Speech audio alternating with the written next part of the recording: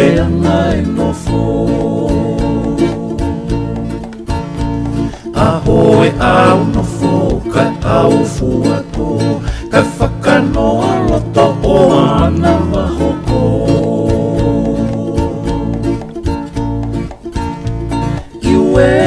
Iwe si oto makawhare, o malua ki tupu e kere si e nofoni, e koe whakamaunga unua ki e whanua, koe hanai e tatau, koe ha e wheunga, e koe viso ne ni kua tupu mo unga.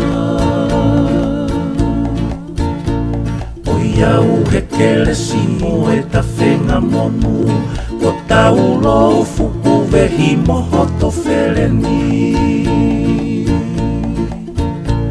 Pangai o e hau unua ki e whanua, tupu au he lo au whai ke tupu tupu a.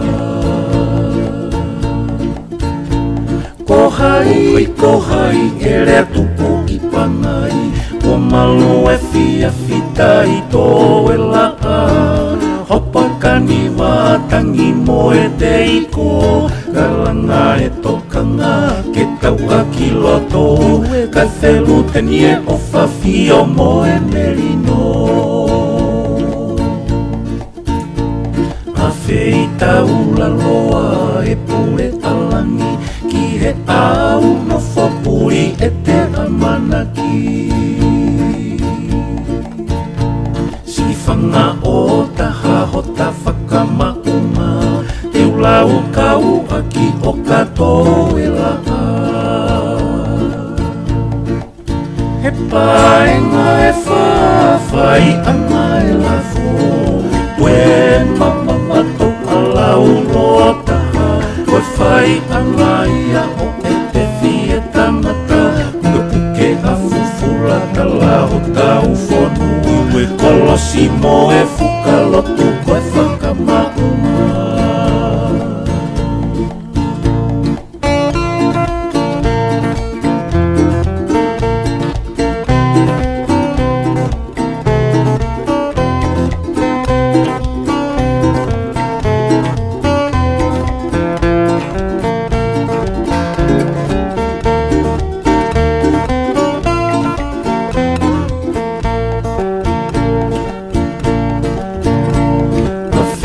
Taula loa e pure alangi, ki he au no whapuri e te amanaki.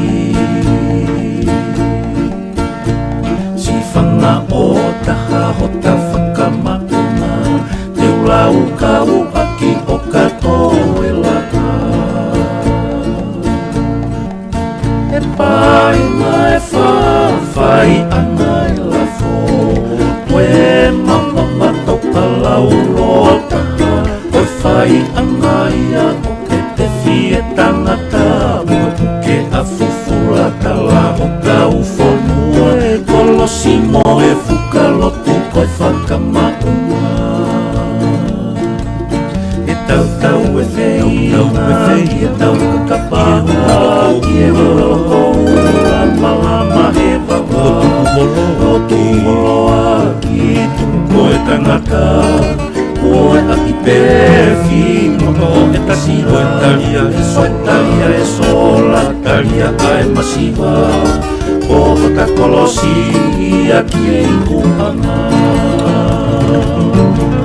E tau e whei, ki e tau kakapanga, ki e hoe loko, lama lama he wawa, o tuku loa ki tuku e tangata, o e ai pefi, moto e tasilo e talia e sola, talia a e masiva, o ta kolosi a ki e ikuanga.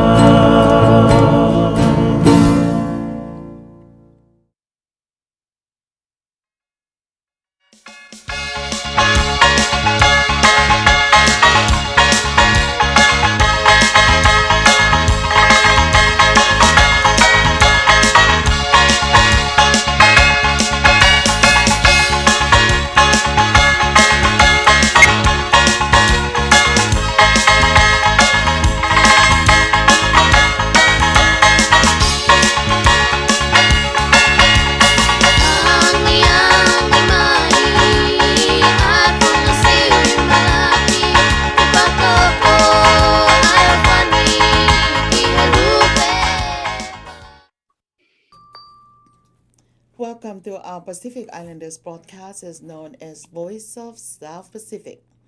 Fiji, Tonga, Samoa, Tokelau, and all the islands in the South Seas.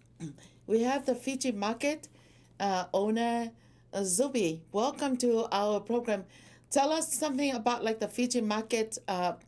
What are some of the special stuff that you have right now in the store?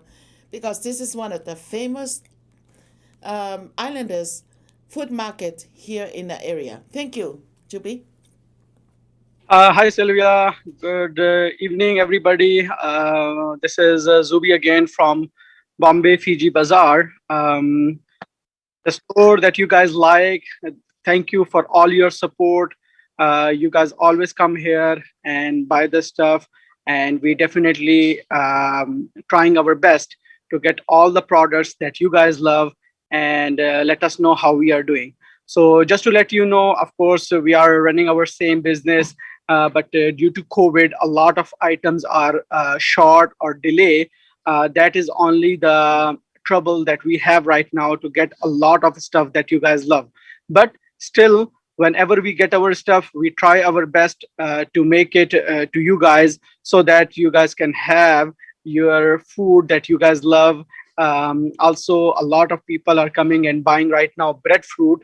So luckily, we have enough shipment right now in store that we can serve community, and definitely more is coming this week and next week. We are really trying to focus for the 4th of July.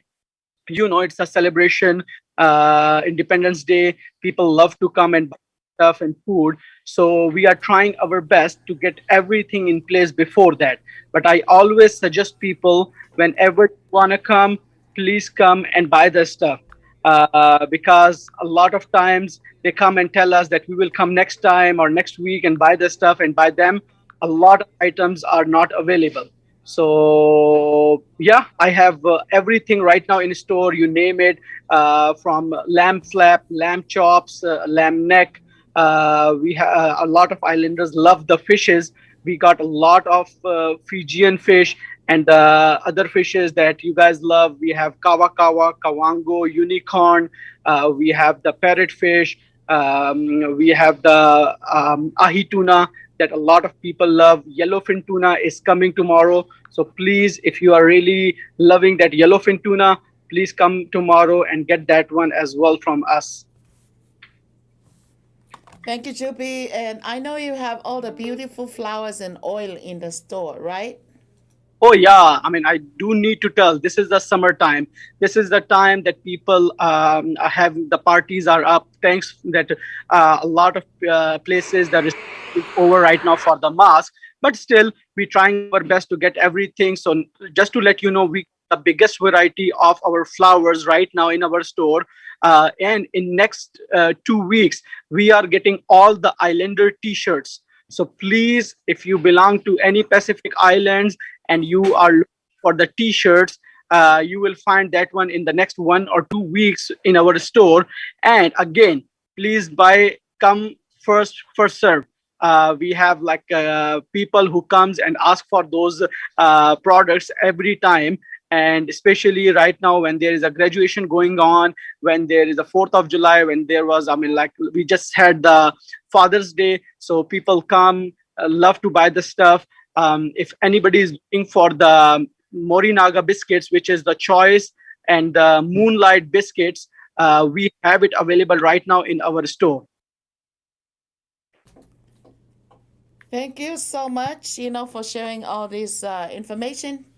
Ladies and gentlemen, Fiji Market is known as Fiji Bonanza. And how many days are you open during the week? We are open 7 days a week. We are open every day 10 o'clock and we close 7 p.m. Except Sunday, we open 10 o'clock and close 4 p.m. So please, if you want to come and shop, we are open 7 days a week. And of course, if you like something, let us know. If you guys have any suggestions, any things, please let us know. We are here to get your suggestions and try to improve every time and bring fresh and the food that you love from your back home. We have a lot of snacks that people love it. A lot of islanders come and ask for the picnic as well. We have a very good supply of that. We have the luau juice as well. Fruit punch is the favorite drink for them. So I really want to see people come here and buy the stuff that they love. Thank you so much, and we look forward, to hear from you again. Thank you for sharing, this information from Fiji Market. That's one of our sponsorship, for our radio, Pacific Islanders Radio. Thank you so much, Zubi. Thank you. Yeah, have a good one, guys. Thank you for calling me in. Thank you.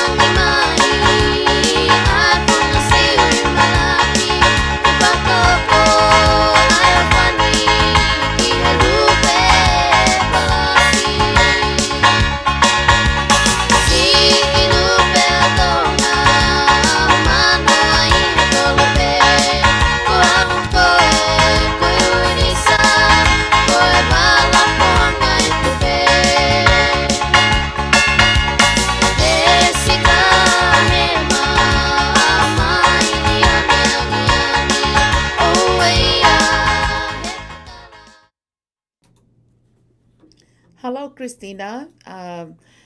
Now we're having Christina predict, she has a master's in public health and epidemiologist, and she's a public health information officer, communication specialist at Seattle and King County Public Health.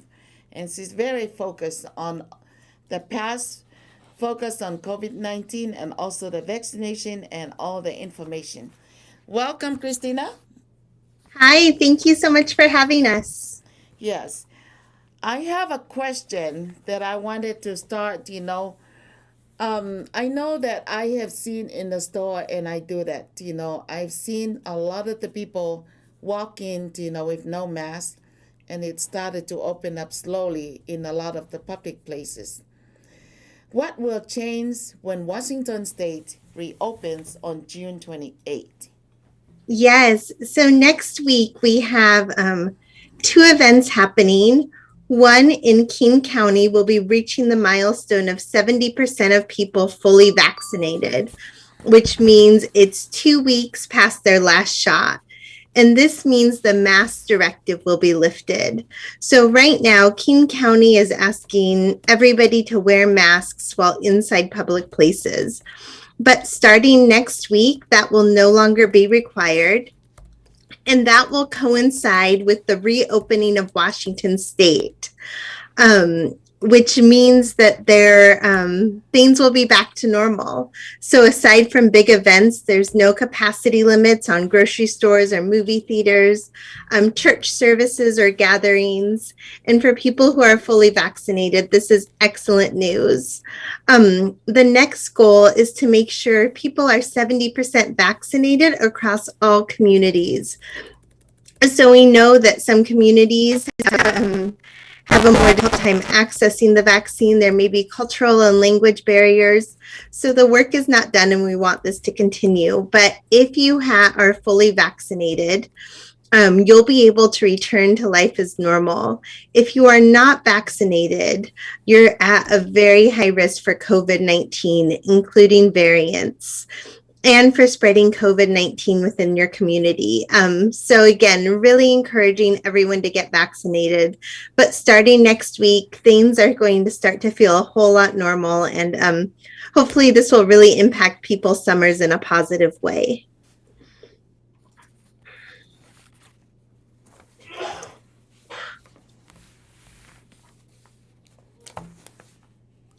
Oh, thank you, Christina. So the next question is, how do we protect children who are not yet eligible for the vaccine since they're ready to do the open up? Yeah, that's a great question. So in Washington State, everyone 12 years and older is eligible for the vaccine. And for people between 12 and 17 years old, Pfizer is the vaccine that they take. And if you're under 12, you're right, you're not eligible for a vaccine. And this is about 3,000 children in King County that will not be protected. So it's important to still stay safe. So one, if the adults are vaccinated around them, we have a lot of information that vaccinated people do not spread the virus. So keeping adults around the children vaccinated to protect the children is very helpful. Also, children should continue to wear masks in public spaces where there is no guarantee that people are vaccinated.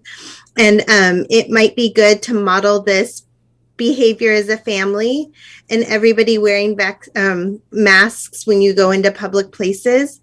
And also just knowing that being outside is safest.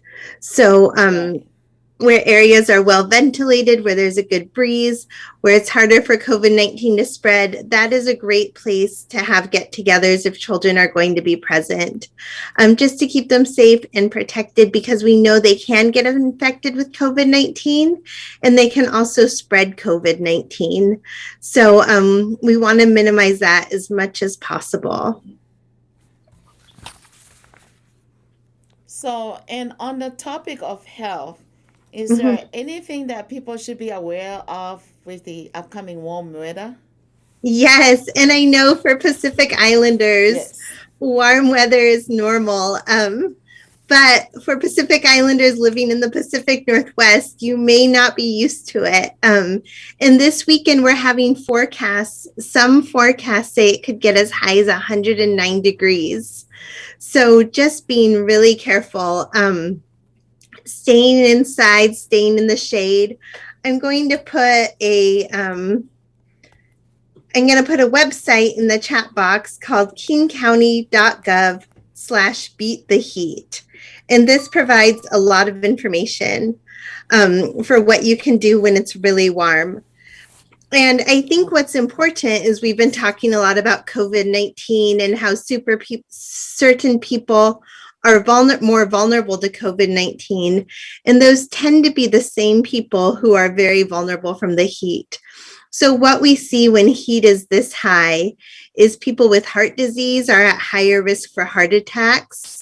People with diabetes have a more difficult time lowering their body temperature, and they may need to check their blood sugar more often. People with kidney disease are at higher risk, and people who work outside, especially essential workers who may not get breaks or have protection from the sun.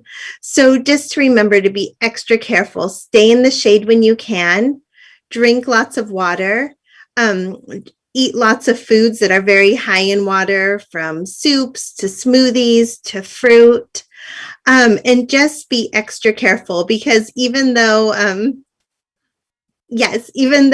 Pacific Islanders are from very warm climates, your body's probably not used to it, and it's going to be very, very warm this weekend. I'm also going to put a link in the chat box, and this includes places that people can go if they need to get out of the sun, including air-conditioned places inside the libraries, local pools that are open, and local waterfronts that have lifeguards. So get in the water, stay in the shade when you're out of the water, drink lots of water, but just be really aware and check on people who might be more vulnerable. So if you have older neighbors, if you know somebody with heart disease, if you think somebody might be stuck within a warm house, just take the extra time, check in, make sure that they're doing well, and see if there's anything that they need.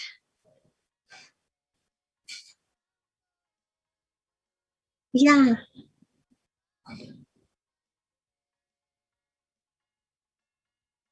Yeah.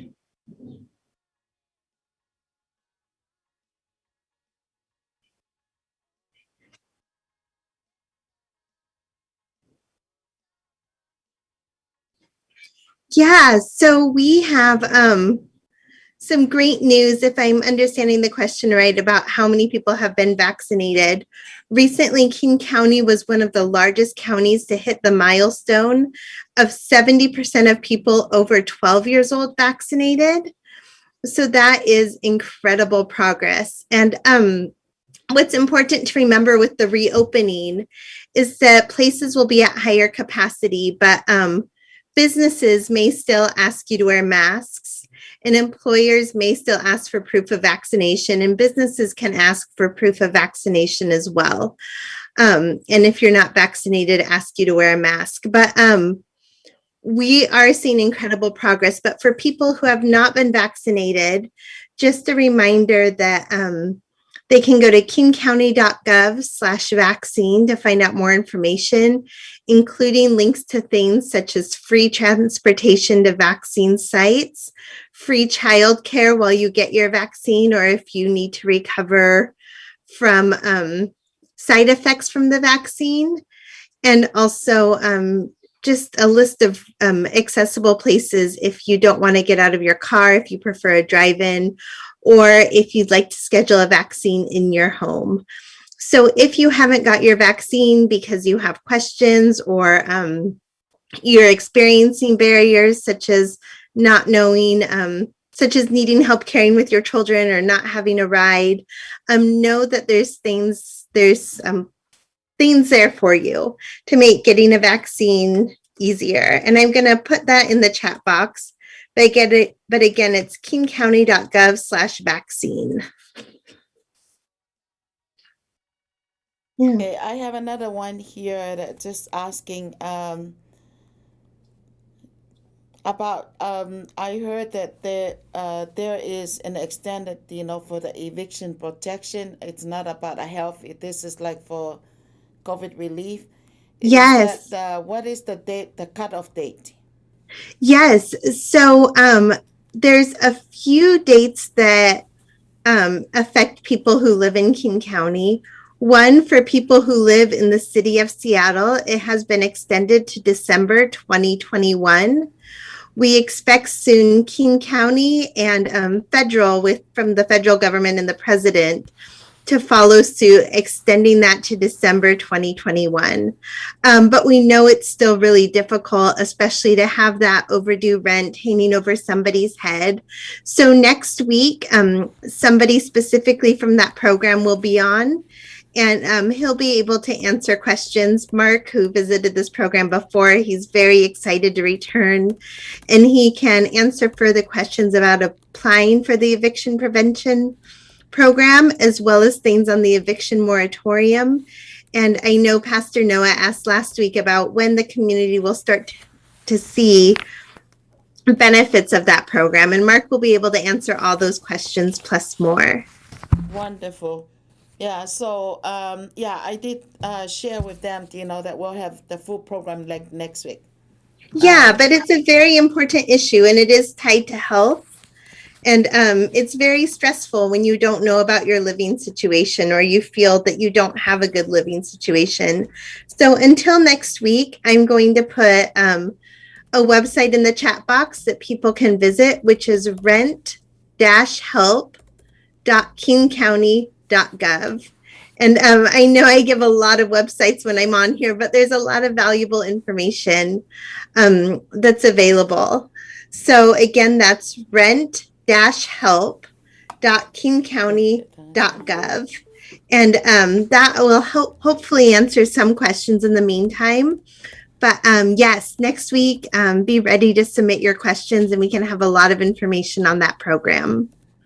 So Mark will be on next week. And Yes. whenever you have any other questions, about the rental assistant, he's going to be on, like with our Wednesday's program, like next week. Thank you. I think this is our question, from our broadcast. If we're able to, some people, they don't really know how to fill out their application online. And if they need, extra assistance, are we able to do that? Like our radio engineer, do you know that is there any other resource, that maybe we can just help out during this time, to assist people that need to fill out, applications so they could be qualified for the. Yes. So I'm going to give you the phone number to King County's Community Health Access Program, Okay. which you may also hear as CHAP, the acronym for it, but it's Community Health Access Program. And this is a number that helps with many things. So direct health, such as helping you find insurance or getting screening services or finding an affordable physician, but also insurance enrollment. And then things such as food assistance for women who are pregnant or have young children. And they'll be able to help you answer questions about the eviction protection program as well, or refer you to somebody else. And their number is 1-800-756-5437. And that is a community resource line in King County. And if you don't feel comfortable, translation is available. But if you would rather send an email, you can email chap@kingcounty.gov. I just put that in the chat box as well. Oh, wonderful. Yeah, so you can just send them a note and they'll reply as soon as possible. And while we're talking about community services, I also want to give a reminder. If you're unvaccinated and you've been exposed to COVID-19, there's a lot of resources available to help you get through it. And contact tracers and the CHAP line I just put in will help. So if you've received a positive test and you're worried about missing work or how you're going to get groceries or isolating from the rest of your family, if you're in a multi-generational household, also call 1-800-756-5437. That's that same line, and they can help you. That is wonderful. Okay, we will definitely do that, and try to print it out and share it, with the community leaders, so they could be able to continue helping their community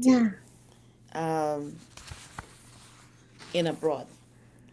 Okay, I think that I have this one question here, that with all the COVID relief programs, from the King County, other than the vaccination, what is something that also the King County could also help out, with families that having difficulties, but they're from outside of the country? I could say maybe they're undocumented residents. Yes. They came over here and they got stuck over here during the lockdown. Yeah. So know in King County that we want to help everybody. And that is regardless of insurance status, of citizenship, or immigration status. So if somebody is here and who's undocumented, they are still eligible for the vaccine and there is no charge. And it will only be, your information will be taken for health purposes, but it will be confidential. So you're eligible for the vaccine. And again, call that same number, which is 1-800-756-5437. And they can refer you to services, including legal services if needed. And what programs you're eligible for while you're here in King County. But for the vaccine especially, you, regardless of immigration or citizenship status, people are still eligible to get that. Oh, that okay. Thank you so much. These are great information. Hange ko information ko na nito ko atu. The 1-800-756-5437. Taha valngeal fitu ni mauno ni mafatolo fitu. Taha valngeal fitu ni mauno ni mafatolo fitu ko no ostuko i atu estela i ata. Moila. Ko inga ke mo taha ngatona ki ai lava pe ma mo whakatono rea ke ngai polo kalama ke. So what about if they wanted to see the doctors, like if they come up to, some medical issues, are they still able to see the doctors without no insurance during the lockdown? So there's a lot of nuances. There's a lot of differences between different people's situations. Right. And emailing chap@kingcounty.gov or calling the phone number will put people in touch with experts who know each program very, very well, and they can speak specifically to each person's situation. Okay. We will definitely, we'll definitely share the phone numbers so that the people can go directly and call them to get. Excellent. And I would say if you do need medical care and you're hesitating because you're undocumented, please call that phone line because you don't have to be going without medical services. Oh, I see. Yeah. Hange ko yo tukwa Christina. Tata bebe kuyai ha o insiwa. Kake telefoni peko ke fika koina. Taha valngeau fitu ni maono ni mafatol fitu. 1-800-756-5437. And you can be able to get all the direct information, to tell you where to go so you don't get suffered, just thinking I don't have any insurance. And while this is the lockdown during the pandemic. Mm-hmm. Okay. Yeah, Christina, thank you so much. We do appreciate all this great information. I have one text here, from this person was asking if I wanted to travel outside of the country, does the King County know anything? Because I'm here in the King County. I live here in the city of Renton, and I wanted to go back home. But what are some of the things, or where could I get the direct information? Yes, let me find it for you right now. So what's difficult is that it varies by every country. And then, so coming back into the United States, you have to have a negative COVID-19 test. And when you book your ticket, you'll receive information about when to get this ticket, when to get the test. Did the person state what country they'd like to travel to? Yeah, they're going to Tonga Islands. Okay, so let's, since I know Tonga is so relevant for so many listeners, we're just going to find right here. So recommendations are that you are fully vaccinated before you travel to Tonga. So you have to have your vaccine to get vaccinated? So that is the recommendation based on COVID-19. It is not required. Okay. So it is highly recommended. The US federal law is that you have to wear a mask on all international transportation, even if you're vaccinated. So be prepared to wear a mask for the entire flight. And then you'll want to get a viral COVID-19 test, which is the type of test where you know the results within 24 to 48 hours when you return. So travel is fine. It'll just require you to have a test upon your return and to self-quarantine until you have the results of that test. And I'm going to put in here, specifically for Tonga, the information for the Center of Disease Control. And then I'm going to put in the travel site from the Center for Disease Control, where you can find the recommendations for various places. And I think the most important thing when somebody is traveling is to continue to check. So if you book a ticket and you fly in 3 weeks or 4 weeks, recommendations could be very different.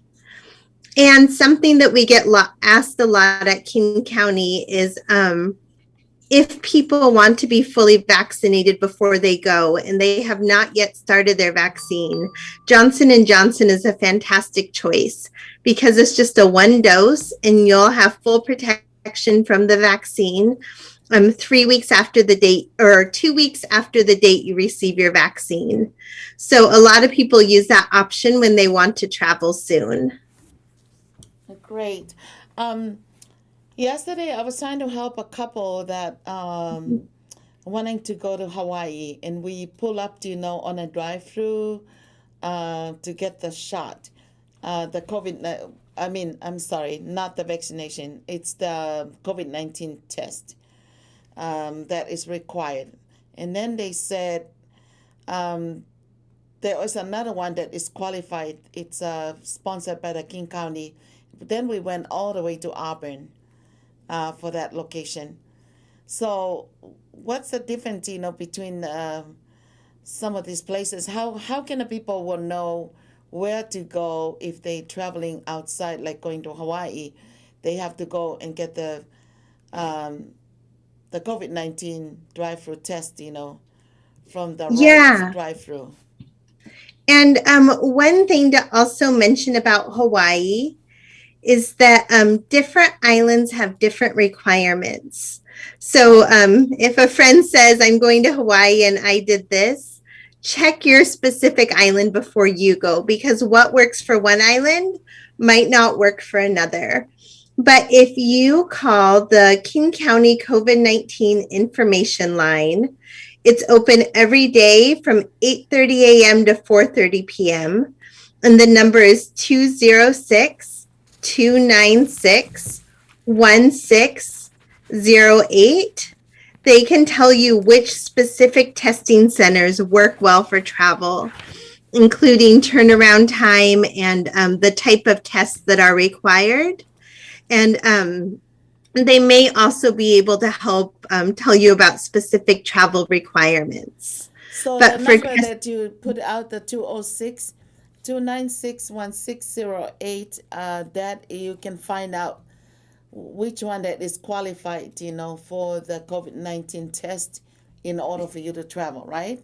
Exactly, because different places require different types of tests.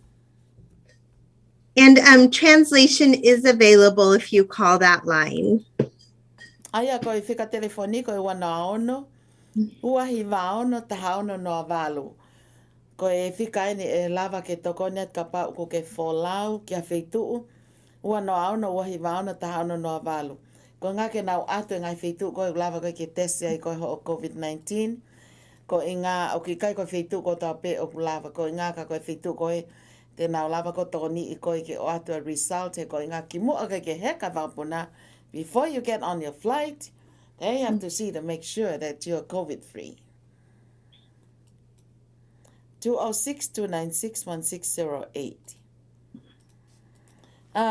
Christina, thank you so much, for sharing all this relevant information. Do you have anything else to share with? We have the upcoming mental health support. We're working on it. We're trying to get everybody registered, like for by next week. Mm-hmm. And our training will be July 22nd, 23rd. And that is, do you know anything? How could it be very helpful for our people, the Pacific Islanders community? Yeah, I want to just congratulate you on taking this very important step because it is such a valuable resource and so many people don't take advantage of it. Exactly. But I think knowing more about mental health in your community, especially now when people are impacted more than ever in different ways, I think is really important. And also normalizing it, making it a normal thing to say, I have anxiety, or I'm feeling depressed, or I don't know what's going on. And I feel like crying, or I feel angry and I'm not sure why. These are normal human emotions that we all have. And facing something such as a global pandemic, where there's a lot of stress, a lot of trauma, and a lot of changes all at one time, it's very normal to not be okay. And the thing is that there's a lot of different coping mechanisms, but until you talk about mental health, it doesn't open a door to talk about these coping mechanisms. So the mental health training is an incredible resource just for keeping your whole community healthy. And it's just as relevant as the things you do to take care of your body, the things that you need to do to take care of your mind, because they're all connected. They're all one piece and they both affect each other. Even the way mental health can affect how you eat, which might make you unhealthy and more vulnerable to some diseases. Mental health can cause high blood pressure or heart palpitations.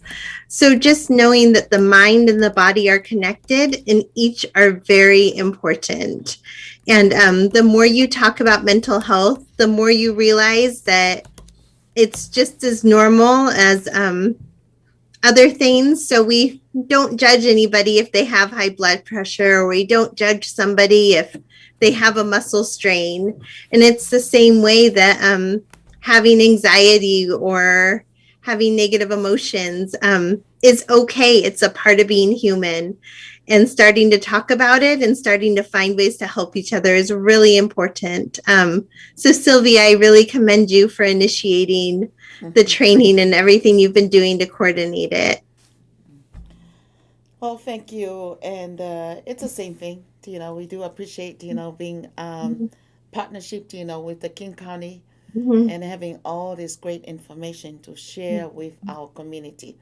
Like rental assistant, we, working on it, like for next week, we'll have Melissa to come on.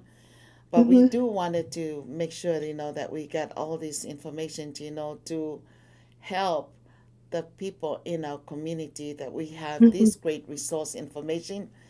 And, like from COVID relief to help families that are struggling, financial difficulties during this time, to help you out. Like it's called rental eviction protection. And they have some other program, like food and all this kind of stuff.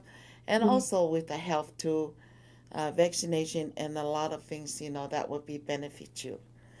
Well, thank you so much, Christina. I'd like to give you this last option here to please share with us, if you think of anything, before we finish up our interview for today. Yeah, I'm just going to repeat what I think is the most important right now, and that is if you can get vaccinated, get vaccinated. There's a lot of places within the community. There's free transportation. The vaccine is free. and it protects you and it protects the people around you. We know more and more about the vaccine. We have always known it's safe and effective.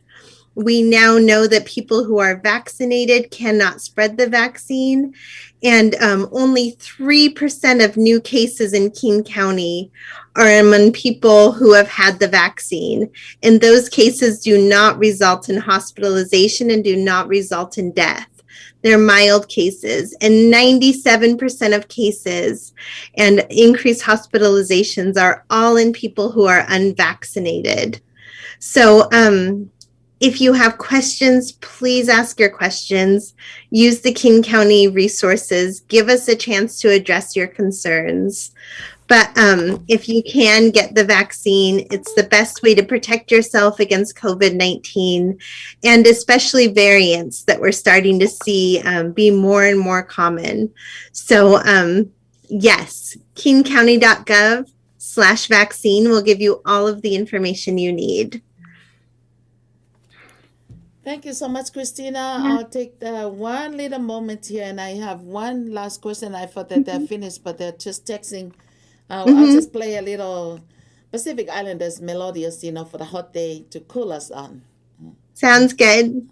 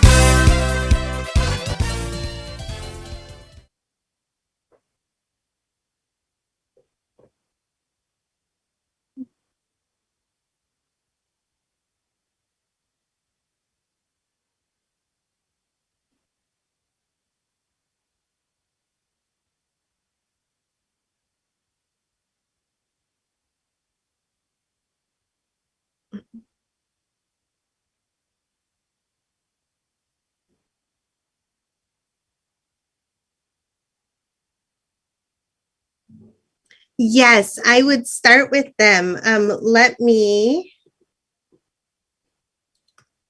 confirm.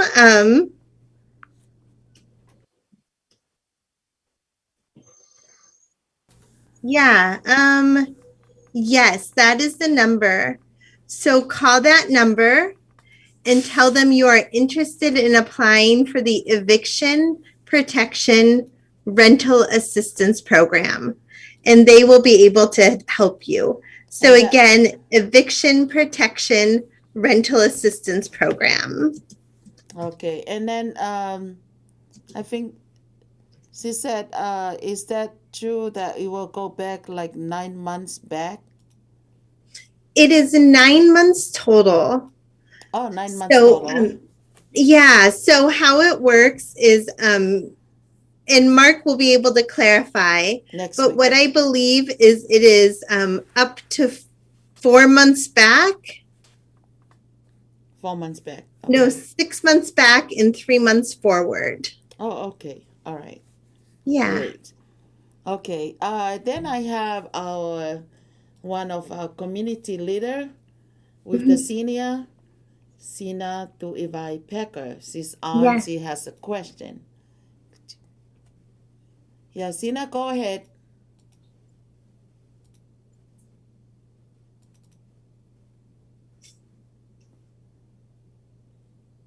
Look like Sina is roller skating. Sina, we can hear you. Unmute. Hello, Sina. Sina ki unmute mai ho me ako na ke aslele ka kai ke ongo maho lea.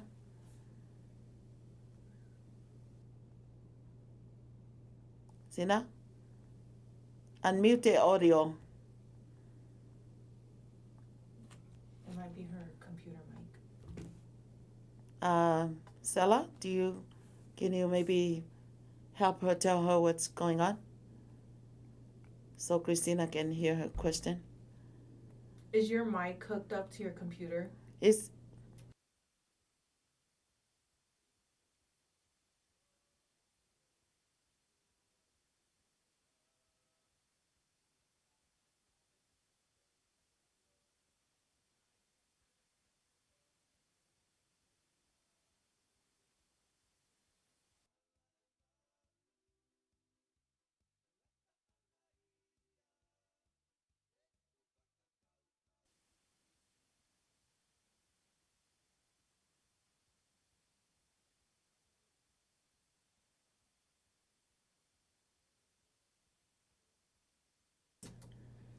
sorry everyone, we have a little bit of technical difficulties.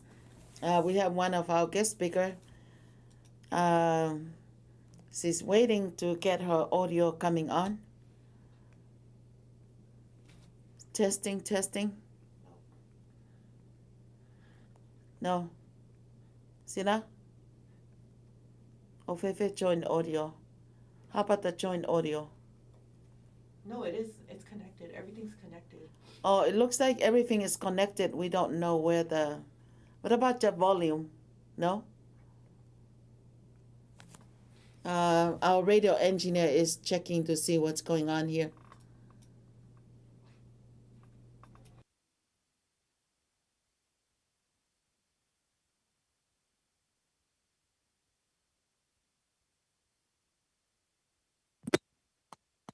Okay, can you hear me now? Yes, absolutely.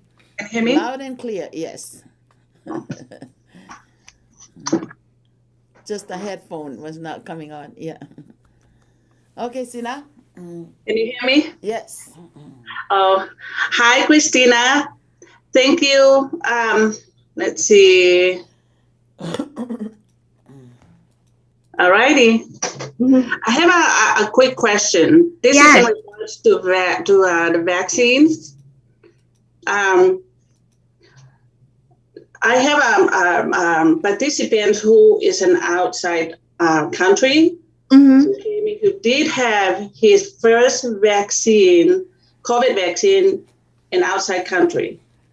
And the name is not Moderna, Pfizer, or J&J. Oh, interesting. Yeah. But he wants to get his second dose here in the state. Yeah. I know we have a rule that we have to take the same names. Yes. And there's a wonderful person took the vaccine back in the outside country, which is the name is not, So what are my best advice to this individual? Do I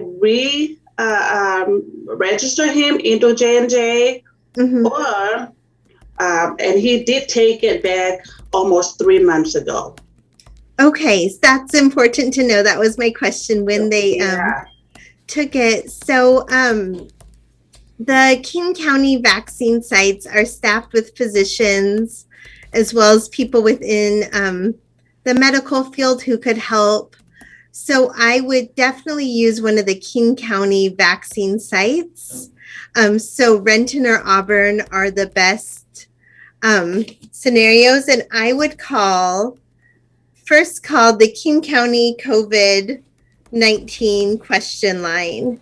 And they will help him schedule an appointment, and they'll be able to give details such as if maybe he needs to wait a little longer or if he can come in right away, and they can answer those specific questions. I'm going to also ask the vaccine team because I think this is a very unique situation, having a different vaccine that's not authorized in this country. And it probably depends on which vaccine they had the first time around. So the COVID-19 helpline will be, or hotline will be able to answer questions and connect them to the right people. Okay. At kingcounty.gov/vaccine, you can find information about the Auburn and Kent centers. So those are very well staffed centers where people can answer questions. But I'll also ask and I'll email Sylvia this week because, yeah, that's a very interesting scenario, but I think it's probably not uncommon. So, okay, that's very important for me to know as a, part of a volunteer in this field of, and that's exactly what I did. I asked him, just go to the nearest one and talk to, I have not heard from the individual. Since the last conversation I had with them. And I hope that got it all situated. But I'll get an answer next time around to see what's happened. Perfect. I'm just pulling up. Would it be helpful to have the Kent and Auburn locations? I know that we used the Rainier Beach location and downtown Lumen. Okay. So great. I think that those are the two highlight, landmark area that a lot of our community, the Tongan community, use. Okay, great. And then it's easy. Yeah. Perfect. And if there's, if he still has not been able to get an answer, or if he has questions before he goes, yes, you can call the 206-296-1608. And that's in the chat box as well for you. Okay. And translation is available. If you'd like to have somebody answer his questions in Tongan, or if it's easier to explain the full situation in Tongan. Okay. Thank you very much. Yes. And I'd say the last thing is just make sure that he keeps the documentation from his first vaccine with him. Yeah, he showed me. Yeah, the person did show me his little card that we do have here in the state. Great. It's yeah. Thank you so much for that information. Yeah. Mm-hmm. It's always nice to know firsthand. Yes. No. Yeah. Also, Sina, so I just wanted to remind you that, like next week, that Mark is the one that does the eviction prevention program, like for the rental assistant. If you talk on lahi apito ko tau kai nga pa ko tate fito ka ko ke ngawe mo kau tau le kele ka pa mo community tonga. E toko ni a ke kau mai he wi ka hau. Because Mark is on vacation right now. There's a lot of them, taking time off during this hot weather. Yeah. So. Thank you. Yeah. Thank you. And also that would be also the mental health support too for next week too. So my last question here, someone was asking, can you share a little bit about what is the variant? What the difference between variants and coronavirus? COVID-19? Yeah, That's a great question because variants have been in the news a lot. And I think that may also be an interesting topic to visit next week. But what a variant is every time the virus passes from person to person, there's the chance that it'll change just a little bit. And this change helps make the virus stronger. So what we're seeing is variants are more contagious and there's more severe symptoms. So this is a natural part of viruses and how they work and how they evolve. And each variant is a little different. So this is why you hear about variants a lot with the flu shots, or how there's different strains of the flu and there might not be full protection from the flu shot. And variants are the same things we're seeing with the COVID-19 virus. Mm-hmm. So you might hear names such as Alpha, Gamma, Delta variant. This is the naming system that's being used. And the Delta variant is what's been in the news a lot. And this was first found in India. And we know it's 40 to 60% more contagious. But if you have the vaccine, you are 88% protection against it. So that is great news for people who are vaccinated. But that's how variants work. Every time the virus passes from person to person, there's a chance that it'll change just a small amount. And that small amount can make it more contagious and harder to fight. This is also one reason why vaccination is very important, because it stops the chance for the virus to spread. And the less time the virus hops from person to person, the less chance that it'll mutate and there'll be a variant that's more contagious. Thank you. So I think hearing what you just explained, that if you do the vaccination, if you get vaccinated, for COVID-19, that will also help and prevent you from the variant. Exactly. And something I want to share, because I know there's a lot of information about COVID-19 and it doesn't always come from medical experts or people who have full understanding. And one of the things you might see on social media is that if we just let people get COVID-19 and they heal, that they might be protected. And what we know is that they may have protection against COVID-19, but not the variants. But if you get vaccinated, you're protected against the original COVID-19 and the variants. So not only does just getting sick not provide the full protection, it also puts you at risk, because more and more research is showing that COVID-19 can cause brain inflammation and small damage to the brain. It's showing there can be long-term effects.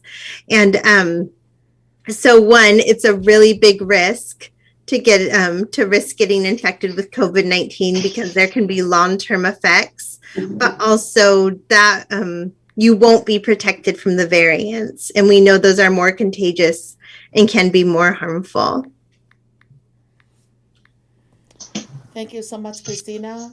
We do appreciate your time and sharing all this great information. And have a good week, and we will catch up with you next week. Thank you so much. Thank you. Bye. Bye. Ko ia ta e tene tau ki whai whasko e ni. Pea tau osko iau tau tari ai ke tau ki i kolos ki tonga pea tau kapa tau kene mo mere whaiva Manu Blekovic. Ko sekretari ai ngai sas whakataha tonga ko i ela e. E tala noa ke ngai ko sili o ko i ngai sas i tonga whakataha. Pea moeanga ko i tuunga ko uku iai ko i konferenis ko ia ai metodisi i taimini. Pea o kai mo ngai ka venga mahu inga tene tokoni mai ke tau ka fata mo e ahoni malo kai fi tali si hei la la ve eve e mo talia si ka kala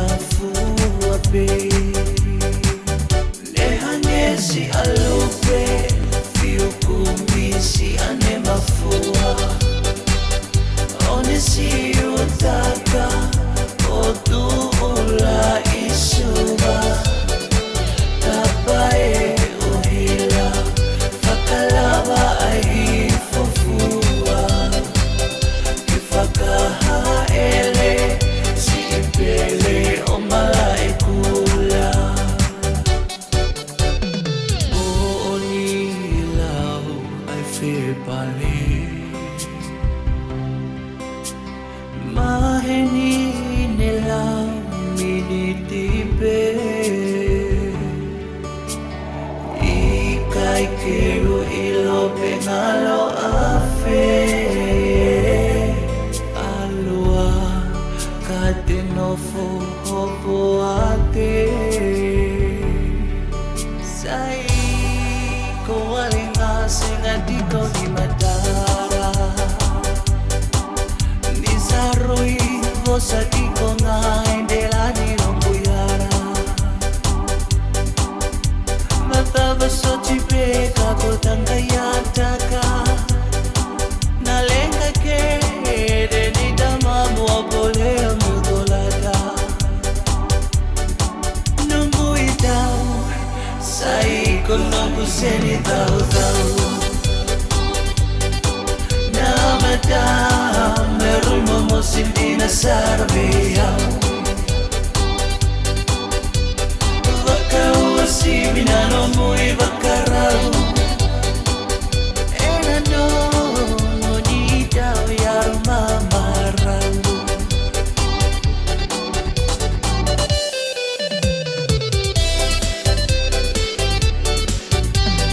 Longo chino matangi lele Kotala ua awe maine Etama whanau Samoa ua whai mosei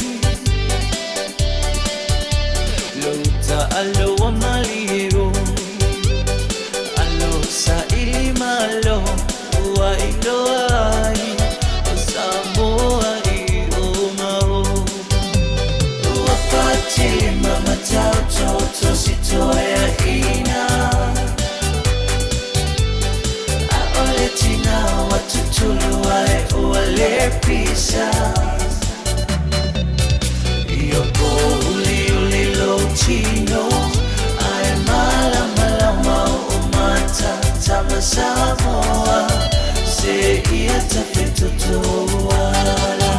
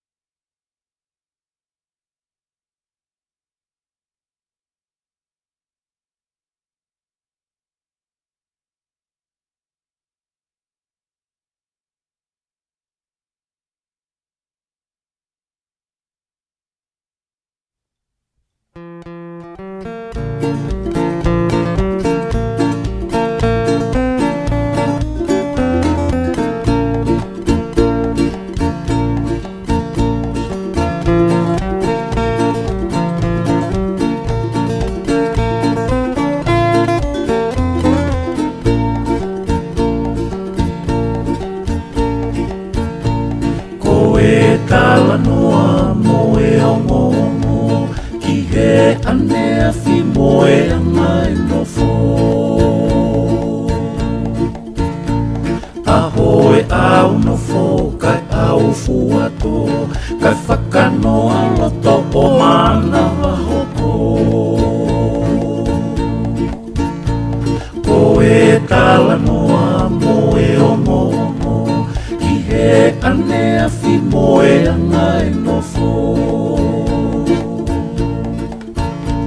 Ahoe au no fo kai au fuato kai whakanoa loto o ana wahoko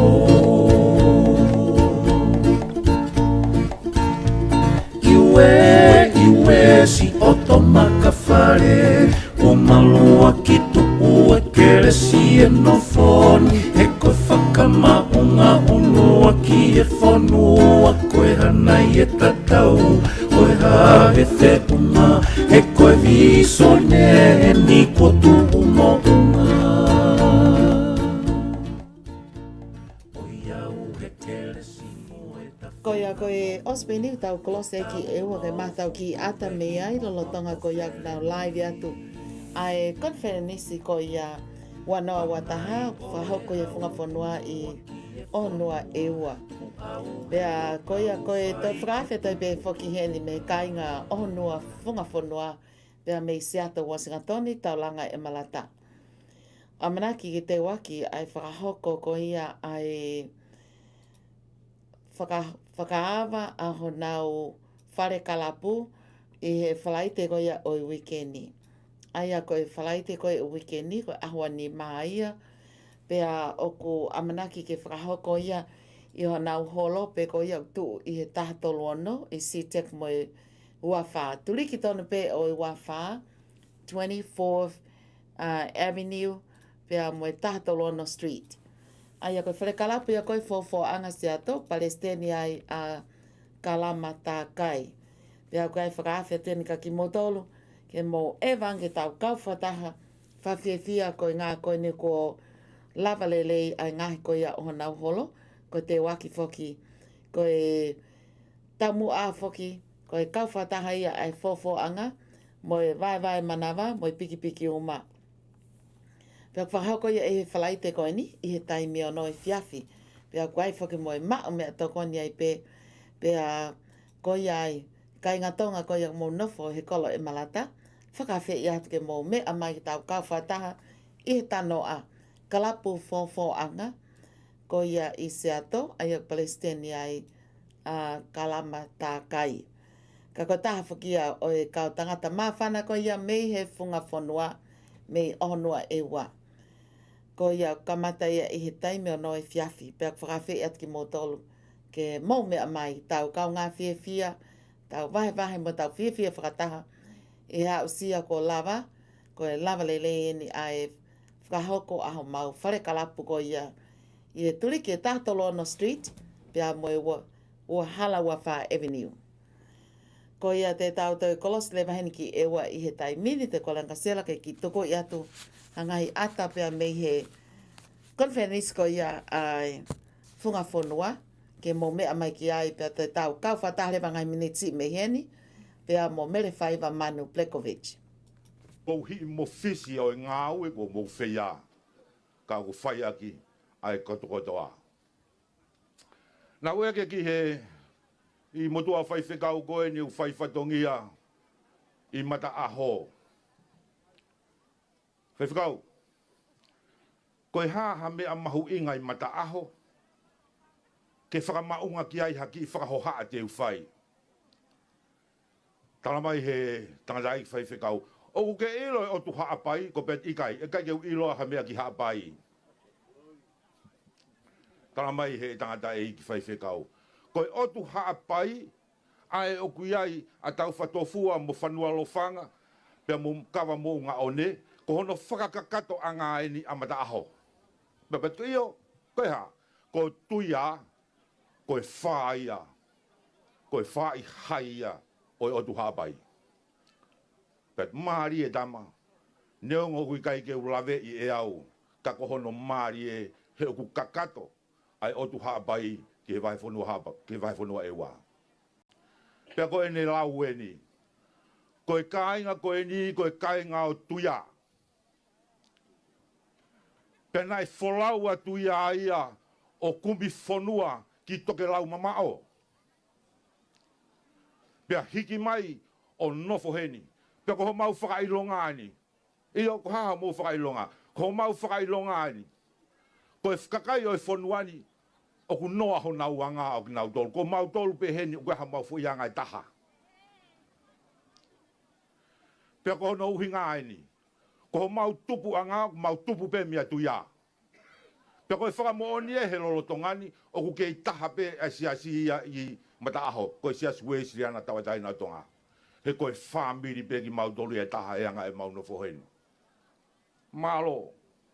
Malo e tauhi lotu. Malo e whakahiki I mo e puke ai tau whatunga tō motua. Pea mo e whakahoko kāinga ki he otu hapai. Pea tau koloa I ai I he ahoni.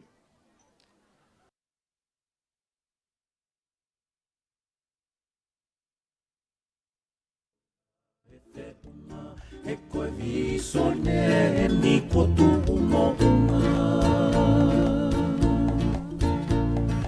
au he kelesi mo e ta whenga monu. Ko tau lo fuku vehi moho to wheleni.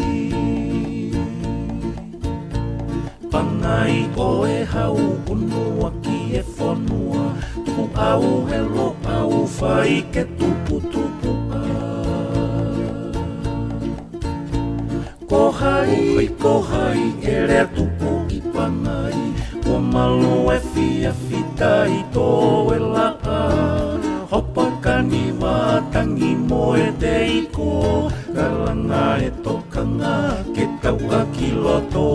Ka whelu tani e o whawhio mo e merino. A whei taula loa e pule alangi. Ki he au no whapuri e te amanaki.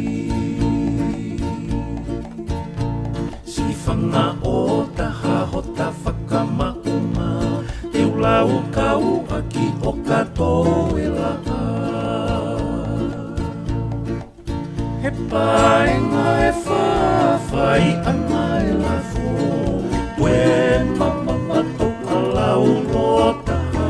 Tue whai anga ia o e te fie tangata. Tue puke a fufura ta lau tau whonu. Tue kolosi mo e whukalotu koe whakamaunga.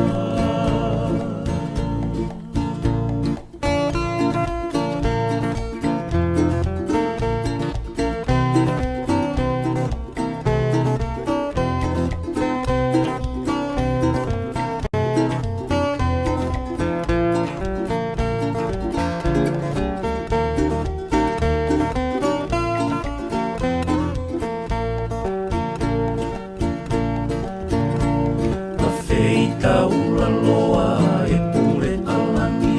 Ki he au no whopuri e te amanaki. Si whanga o taha ho ta whakamaunga.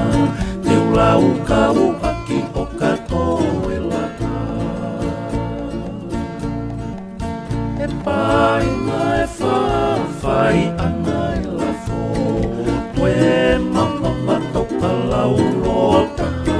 Koe whai anga ia o ke te fie tangata. Mua puke a fufura ta la o kau whonua. Kolosi mo e whukalotu ko whakamaunga.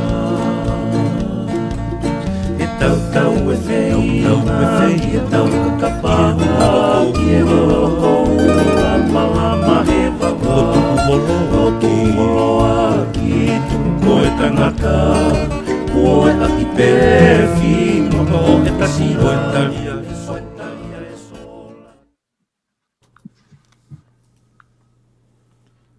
Maloi lelei, koe taimini tau kauwhataha pa mo Mele Whaiva Blakovich, ai ko Mele Whaiva Manu, koe business owner ia i real estate broker i he ngahi tau lahi. Pea wā umai ki Setaloni a ene whakatau api. Lahi api ta hono ngahi whatongia pea mono wat ki he lotu. Pea ko Mele Whaiva whoki ko ene kui ko Setaleki Manu, koe fuafua Palestini tonga ia o siasi Wesiliana tau ataina o tonga. Aia ku lotonga lere kone nau konferenisi a sa utata i he funga whanua mei e ua. Pea koe tonga pe eni e taha ko tare fita i he poate ko ia ai Global Ministries, ta te fito ki he United Methodist Church. Pea koe toi sekeritaria ai ngahi sas tonga whakataha ko ia i he wahenga Los Angeles aia i loa koe South Bay area. Ko ia te ukorenga mo aheni, ko ngā ke whainga pe maha ne ki whalea, pe koe hānai, koe kaweinga, koe hānai ha me e lava ke tau tokoni, ke tau whelanga ki ai ai nofo ko ia, ai kāinga tō ngā i he whanuani ko i ngā lahi whakaho ngai whatongi au whakahoko. Malo o pita mere. Mala o pito ai mai whainga maare, pa koe ki mua pauto ki hoko atu ko whawhita eni ki o tua mawhi ene tau lamahao tau te au sea e whiawhikoen. Pea ko kore ke uhu whanga atu pe i he ngai whakatapu koe aku me kamata ake e polo kalamani. kai ata mo ku ke whai pēha ki whakalawe lawe whekau aki pēr mo e whehu I koe ni o mi ki te au. Koe maolonga introduction ia koe na e whakahoko ate e tahine sea o le te o polo kalama o e whiawhiti. Ka koe ki whiramato a ngā aue pēni I au pa mo tau kāinga tonga I Los Angeles. Ka pehe pē ki he ngahi tapa I Amerikani o ku whima o ha tokoni mei ai. Ka koe whehui koe na e whakahoko mai koe ha ngahi ngā aue ke tau whakahoko ke tau whetokoni ake o langa e tau moui a tau toka kai tonga I Amerikani. Koutui pē e Sylvia koe ulaki me ape ke tau whelotu aki, whepopo aki I he ngahi ngā aue o ku tau whakahoko I he whonuani. Tau toka ngā taha pē ki he lotu pē tau teke e tau whanau, tau whepopo aki. I he ngahi ngā aue whakasiasi, I he ngahi ngā aue whaka-community, I he ngahi ngā aue o ku tau whekau aki ai I he whonuani. Hange koe ni kai aha mea te ulawa e awa whai. Pea o ku whaamu pē ke ulawa ke tokoni atu ki hakakai te nau whimau e tokoni ko ia. Hange pēr ko ki mautoro koe ni I Los Angeles. Kau pēr ai hangahi mea o ku mau o ku lava ia e hakakai me hangahi wheitu. O whaamu pē ke tau share, pa ko tau au ki he tuunga I he teknolosia he ngahi ahoni. Ko sisi ho tau mamani, ka he ko tau lava pē o whetu taki. Whaka telefoni, whaka radio station, pa ko hange koe ni kua o ko tau lava pē o whemata aki I he Zoom, I he whiawhini, o hange pē koe mea koe na kuke lawe ki ai. Ko tui koe ki tāre atu pē ia ki ho o whehui.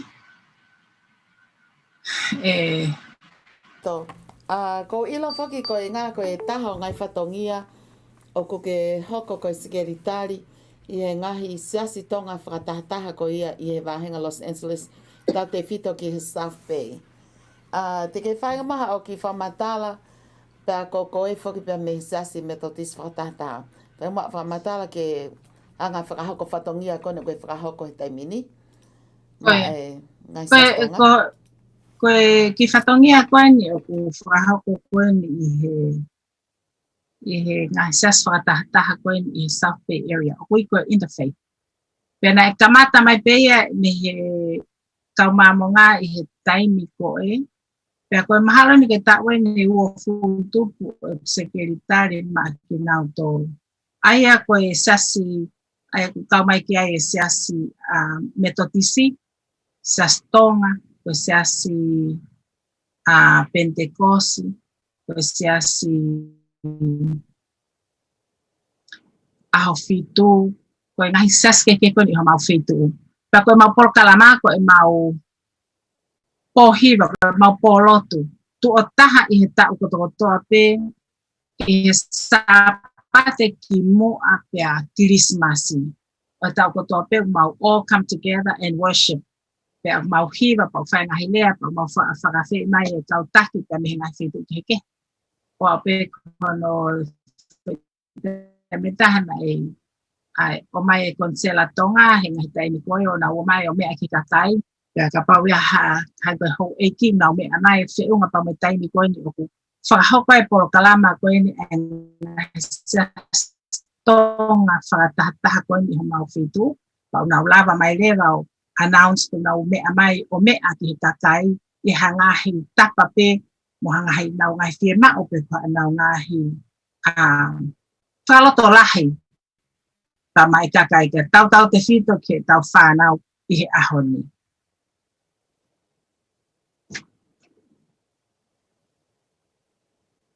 Koe ki whatongia pē whai mai ngahi siasi whakatahataha.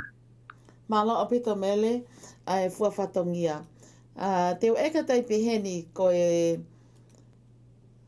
hana e tuunga o kia e konferenisi ko ia ai metodisi whakatahataha I Amerikani he ko ilo I fuka o kai e ngahi mea au whai kai e tālanga o whikau aki pa mo ngahi tūtu ni ko ia hange ko e ngai tawha aki ko ia ki he same-sex marriage ko ia ai metodisi te whai ngau ki whakamatala ki ai ke mahino ki toko lahi ai lahi nau whiwhiri pa ko hai tu unga ki ai taimini.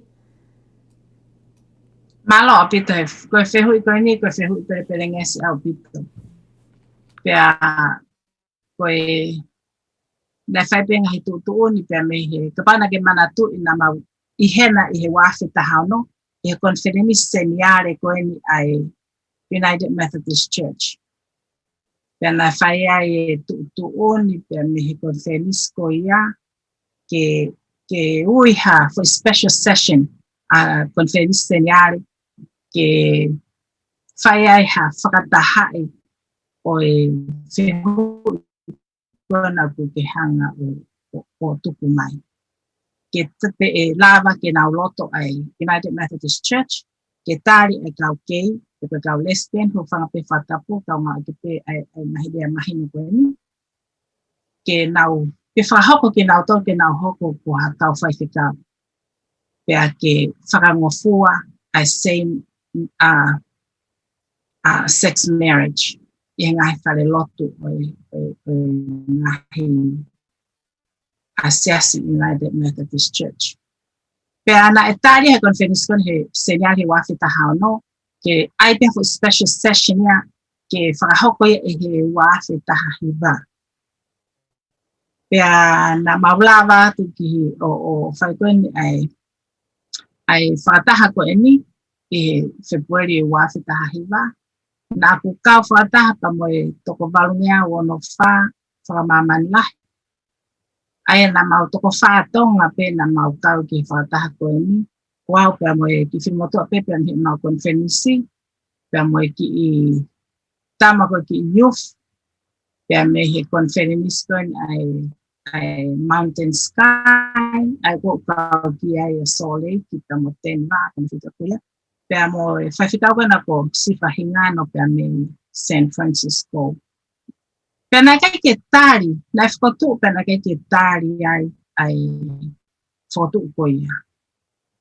Pea mau mātoku mai aki pea moe taha whoki ke ngahi konferenisi o talanoa e mea ko ini.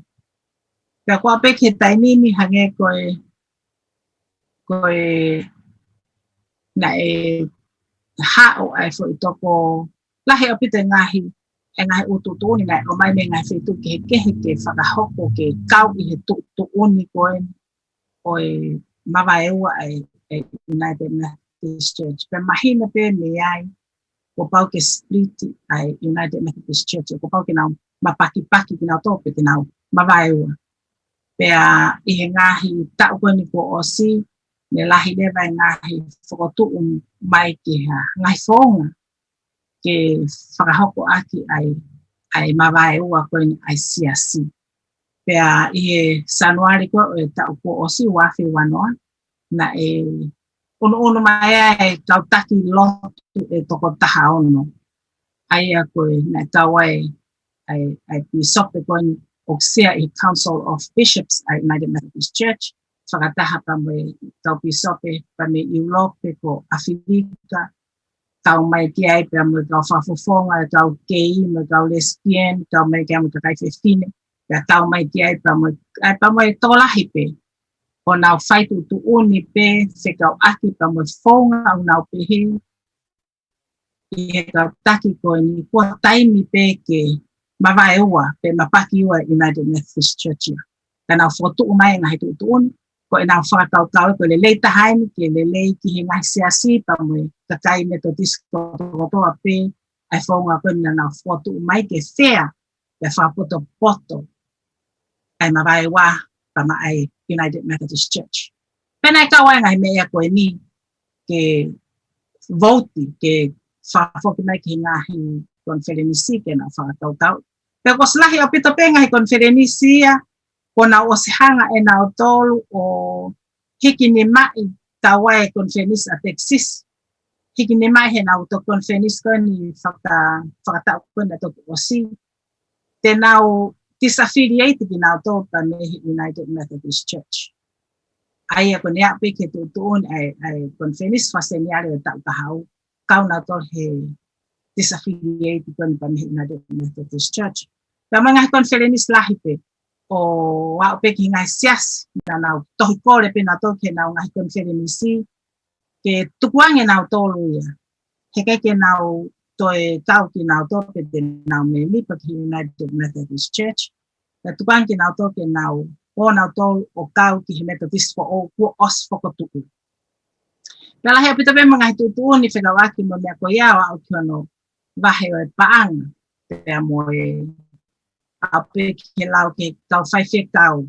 Kau whaiwhekau e tatau ai pia pe te nau wo ki he Methodist for o pe te nau na tō ki ha seaskehe pe te nau ke nofo i he anda pe i he United Methodist Church e ke mao pe e nau pensoni a nau tō pea mo ka kai ko nau ngawe a tau pe nau ngawe totong ki nau to he ngai se asi a oku ke lele pe hono tokanga ia ko ki nau to pa ku ia ai tokolahi tong o te ke fu mahino ke ki nau to ai ngahi ai uhin ai napakiua ko mo vete ai United Methodist Church pe pe ha tau ngai kai nga tonga tau to o te ke nau whanongo ki nau tō i he ule a koe ni.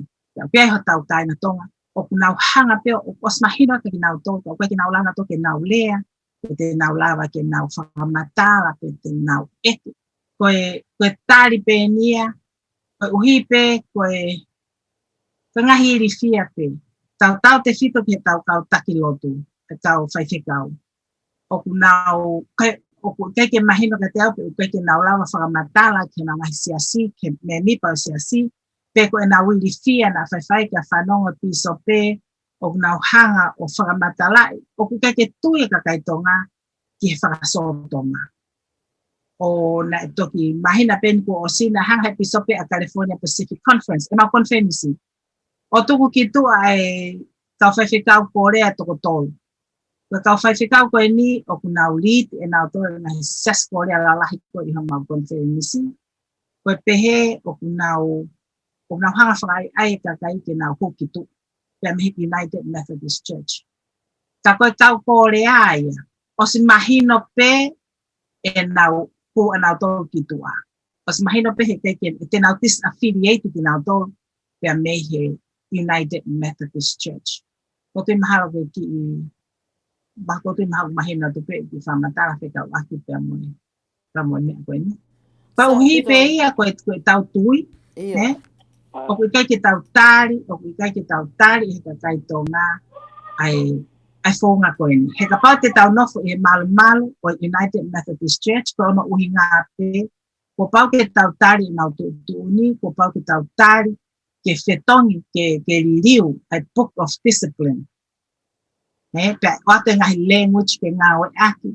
O au pe, ko pau pe ke tari e kau keia, mo kau lesbian, ke nau hoko ko whaiwhekau, pe e whakamari, e ngofua pe ke maari hao ngā mea tatau. Ia ka tako toko taha i le mahau si ai ni ki whehu i ke whamore more pe te utukangi kia te ia. Ka tako whakahoko mai o pe ko hai koe pe mo e haha o whehu i. Pe koe haha o ki vahe ki he kawenga koe nuk whai kia e tala noa. Malo.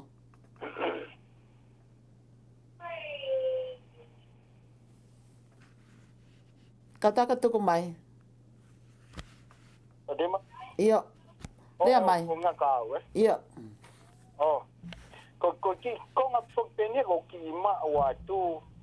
Ai ko fo I siu whakpenia me mu a pe o ski fuafoloa mai ai. Ai hanga ko he sias metodisi o ange whainga maari ki he ke lava whai ke kau ai kau ke I mo umea ko ia. Pea gulava foge ke na o matak ne asmeni ni usila. Tu ke hange pe ko Amerikani. O na o mai pe ko na whanonga whakpea ia. Ai ko mea ko ni o ski fuafoloa. Ka ko whakakau ke mea he taimini. Ko pau pe ke nau hanga whakalere, ke nau toluia mo whakauhinga, ia umea ko he toi tapu. o whekau ake ai ki mei whepaki. Pe hangai koe nā ko te e whakalere mo ngahi lea. Ai ngahi konga fo i te mea, e nau hanga whaka uhinga ke unga ke hu maari. Ai koe whai mea kana na whananga koe ki muada te whitika Amerikan na te ke, koe nau hanga na tolo kamata ke nau hanga ki furihi. He koe whaka ai konistu tone foki o Wesleana. Ta pepe ka metodisi pe mo Wesleana una siki mafuri le mafuri ke hoa pe mo umea ko ni e tai ninga ko ta no porque a kuia mo e ui e ko mai no porque to tapu ai to ko ni e pa pe ke frale le e umea ko ya ngai ko me na le lau e ya ngai ko a foi fakarea ke lava o ki ke heia me ta wa mai ya ko me ko ngali ko sia ki ai pe he no fralea no puri fo o no fralea winga to tapu mago ki me go ha ki tāna ki pe ia ko ki tāna da ma sai to ki fralea hulu mai ko hai ne hanga o mai e me a dai ko mele faiva manu ko ni a aisa manu pe mo silolo aia ko e real estate broker ia I ngahi taulahi pa me vahinga California. Ko ia ko hangepe ko lau ko a pila a litea telefoni. Ko e foki pe ke folofola whakawheta. O koe ke aha whakaanga o koe ke aha mea. Ka ko e maha ko e hangepe ko lau ko ia a... Ko ni tufu ko e ni, ko no mo ni ko ke naia o te siasi ki tai o te esa, Ko ia. Ka hai e mea mau whakawhipa ki I lahi abita mai to luia. E tapaaki kon ki he kei mo mea, O ku whakawhipa ki... Ko e ngahi siasa si suklai se ka manoni ngai aki mui ni, I siasa si suklai se. Mo me skauti he ko lahi tahe yuf ko ana o whalere he tapaakan ko ai kautonga. Pa ko na holomue siasia me tawe ne ua me ai. He ko skauti Amerikani ko malohi taha I to organization ai ko LDS. Na holomue ko tupunga me no o mai ki loto foi mea ko ia ke whakalao. Ko uhinga ai. Ai ko mea gan ko tāna ta ki ai. I mahu inga gan ko ke taulava. I lo yang ko to ta gan na kana man di whamatala. Mahu inga ke ilo ki ai ta kai tonga. So mahu inga ke ta pa uhinga I pe to tapu ke tu ma o tau ke mono ko original lo Ko ia. Malo opito ka mai. Koia. Te whafoki pe ko inga he ko e toki set up he tau pe nolo ki a muiange ka ko inga ko e ngai whamatala pine ko e vahe pe nia ko inga ko e whehu I ko e hae tu unga kone o ki ai e konferenis kone e metotisi whekau aki mo ngahi isu ko ni. Malo opito mele, te whafoki pe ka ko. Ko whamalo atu ki he tō tāko ni nai toki lea mai I he toi whakaloto lahi mai pia mo toi tānaki mai ki he isiu koe ni. Ka hono mo o ni pe. O ku I kai ke tau whehi a ki tau tōru ki he tau kei pe koe ta kai koe ni. He kuia pe tau whanau, koe hau tau whanga anti, koe hau tau whanga tuonga ane, koe hau tau tōru pe. O kunau I he tawhaaki ko ia.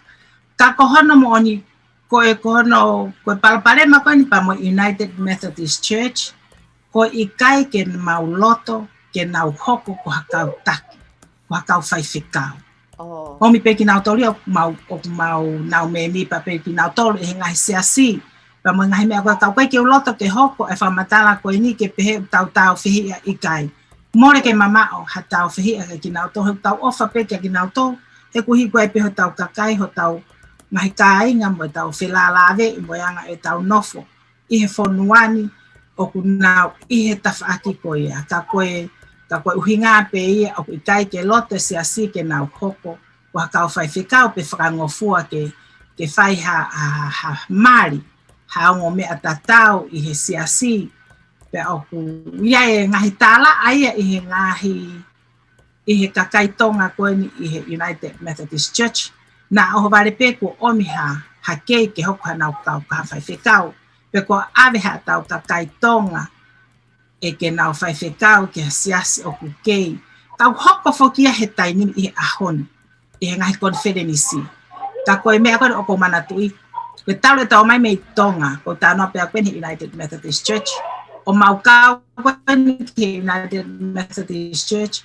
Na osi oku hoko pe o mea kweni, osi humai pe kau ke ia mo mea, o nau hoko ko tau whai whikau, kena ke whahafu toka ngā ia. Ka koe uhi pe whaki kono toki omi ki tua. Toki whakae a mai e nau whenga ke nau, ke recognize ki nau tau ke tau hanga omi ki nau tau, ke nau hoko koe tau taki e ngai siasi. Ka koe toki mō minitia mo taimi koe ni, ok whai ai koe ni ai ngai palo pare ma koe ni, pe mohone toki sio ai kau taki lotu. Pe koe haha lau, koe hui koe nau, koe hui koe nau whenga mai ke tau hanga, o whakatoka ngai ki nau tōru, te nau lava peo o whai ngā we o tatau maha kakai, mo tau whaiwhikau koe o e tainimi. Ka koe toka ngā lahi pe ia a aku koe ni ki ho eke mai koe ni, ke whehu i koe ni, ki ho tau kakai tonga. Pea mo tui, o ku tau mahinoi, i he tau mahinoi ai lau koe a tohi tapu.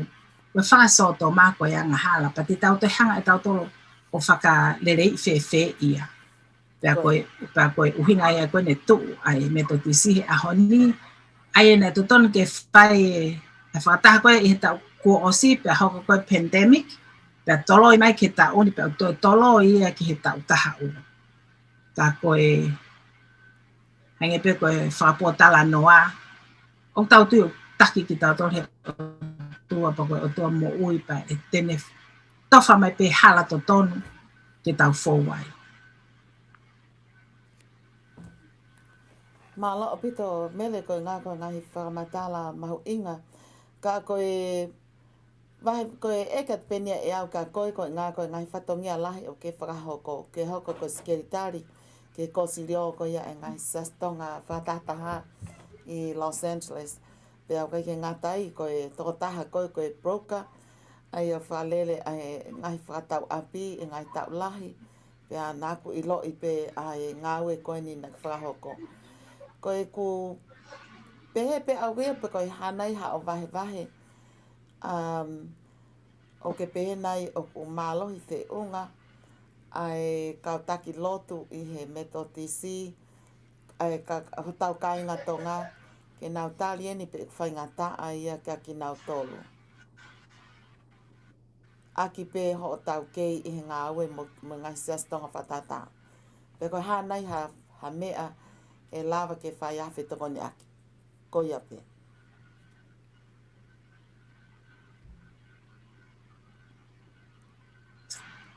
Te whanonga mai mele? Ko tui au ia koe. O leo si mai o ku whainga taa. Io. O koe whanonga mai? Io, koe nuonga lelei mai. Ok. Whewhen? Ok. Ko tui koe tari ki ho of. Ia. Ko tui koe tari ki ho of whehu i. Ka pau ka whai whekā wau.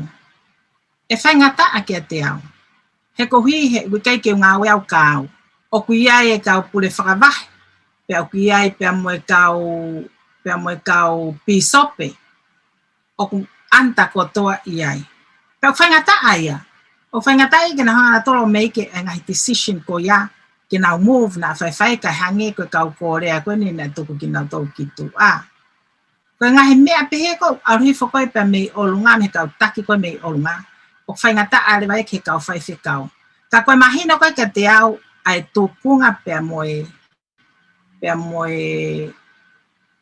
tau kakai tō ngā i he ku mahino i. Koe kakai i li whia ngofua tau tolu. Koe ne atu peha ki mea o whainga taa ko nau ki apu ki nau tō.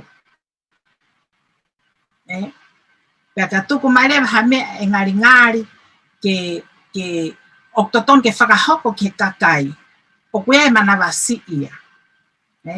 Ka kia te au, o ku saiange tatau ai pe ku whaingata a whewhe.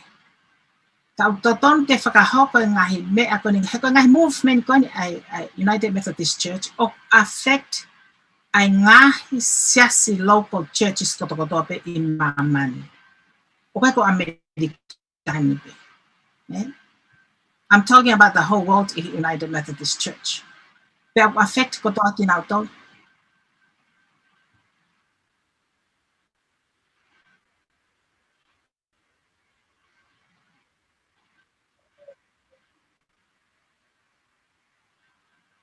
ni ki ngahi sas metodist whakatatangi ko Usila Australia o tokolahi ai ho tau kainga tonga o kawai whek mo Amerikani. Ko ha o whanonga ki ngahi pure anga kehe mo anga e nau ngai whakaukau ki he mea kone o kutuku atu he konferenisi. So let me correct that. O ku kehepe ai metodisi whakamaman lahi, pa kehepe ai United Methodist Church. Ai ko United Methodist Church ko Amerikani peia. Kehe metodisia anu sila, ani ko Australia. Pea ko United Methodist Church o ku kau mai kia Europe. Pea kia ngahi siasia unau affiliate mai pa mo United Methodist Church me Europe. Ko ngahi siasia ko United Methodist Church i Afrika, ko Asia, ko the Philippines. Ko nau tōlea ko tau talanoa tau tōlea ko ni ke ECU ko e ni ko ECU pe ai United Methodist Church. Ko United Methodist Church ia kono motu a ko United Methodist Church mahalo ko tau pene ni maua I think 52 years. Pau na wanga pe na to ke mapaki na mapaki na tōl pe me he tahi wa no walu me hongo sia seua o fokotu ai ko United Methodist Church. Pea koen te tau te mapaki pe. Ta koe Methodist Church has been here for years. Ai o kehe pe ta talanoa koe ni kehe pe ai Methodist anu sila. Ta koe tau lawe ki hange koe konu sila. Ka pau na he taimi koe na nau fe aki uai pe na nau fe pota ano aki fe kau aki pe mo isi koe no kei hinga he taimi koe nu sila. Pea pau na ia hanau option o hange ko option ko atau tori Amerikani. Ke os fukuan ko os ne fokotu assassi Methodist for Owia. Ke nau hanga tari a kakai pa mga hesiasi mga he conferenis. Ke nau marahe koe pa me he disaffiliate pa me United Methodist Church o kau koe kiai. Ka pau na ia ha option pe he anu sila ko tu iau na nau au kolo nau tolu ke Methodist fo kana e ikai o nau ke no fo pe anu sila i malu o Methodist ko anu sila o na uia pe nau ngai fonga nau tolu ke nau hanga pe tuku pe a kakai ko e ke nau fai fe kau mo ume a kotoa ko ia ka fai pe e nau ngā we e nau tolu nau focus nau tolu i ngai polo kalama kehe o hange ko e nau push forward pe nau tolu hange ko polo kalama kakai fefine ko kakai tangata ko e nau koe nau Sunday school mo ume a koia. Ka ko tau tolu koe ni Amerikani ko whawhitai a ke e kihe kone o me eia a ngai whaunga kehe. Pea mo e Methodist kehe ke nau hanga tari a ke mau tolu koe ni o ikai ke mau tari ke hokoi a kau ke i ko kau whaiwhikau pa ke whakangofua ke whakamari a whamari i haongo mea tatau. Ka ko si a tau ia. Mahalo o sayang ke hange ka lau at pisope Texas ni pehe. Ko kau kei ko ngahi kau ngame. Sayang ya ke mama vai funga me i melino pe. No fua ko he ku ke vilitaki ki United Methodist Church atua United Methodist Church ya maau. No fua ko ai kau alua au ki Methodist for o kai ke pe ke ta merino mo ta fe o fani pe mo ta fe o fa aki ka ta mawai pe i e ta tui ko uhi ko ke o e ta tui whakatohi tapu pa ko tui koe mea pe o ko whamatala pe sia fini ta ofa pe o kuia ngahi haki mahi no atu he na e omi foke kau takia e toko tahaono, taha fitu aki e tamana ne mediator ai upotala noa koen hanga ulave koe kimua. Ke nau hanga whakatatahe ange o fotutu hanga hei founga. Peko ha founga e lawai ke whai peha ha mawai merino. Pea hange peko ulave koe kimua o ku e peisi peia pea me ngā siasi whakakolo ke nau hanga hiki ni mai pe te nau vote. Koe whaka io pe koe whaka ikai. Ko ikai ke tari ai tutun ai te nau disaffiliated pa me United Methodist Church. Ai ko mahino ko ikai ke nau tari tutun ai United Methodist Church ke hoko kau ke ko kau fai fe kau. Ke whamari e hao me atatau. Ko ka koe nofo koe hi anta o United Methodist Church ko whaka iyo unau loto nau tōru ki ai. Ai koe foi ai koe vauti he foi me pe koe e wa koe. Pea koe hape koe ka pau e tokolahi i siasi o nau whaka ikai. Pea ko nau tō unau mai nau tōre koloa mo whare lotu mo mea koto ai siasi. Ka hurewa ka raskoi ki tua. Pea ka pau lewa e tokolahi ai takai te nau whaka iyo o nau tari ai kau keike na hoko ka kau whai whikau mo mea. Pako nau tō lewa te nau mau e apsiasi. Kai ke hepe ke whai e melino. Hangepe koe vete. Vete hango mātua ko hai almo misini fō, ko hai enofo moe kā, ko hai almo le ka koe. Mea pehe. Kono wa veke mau e sinia katai pe. Kai ke hepe, kai whake ngai vete en. Ia, kai whake ngai vete en ihi oku. Whai whe lawa.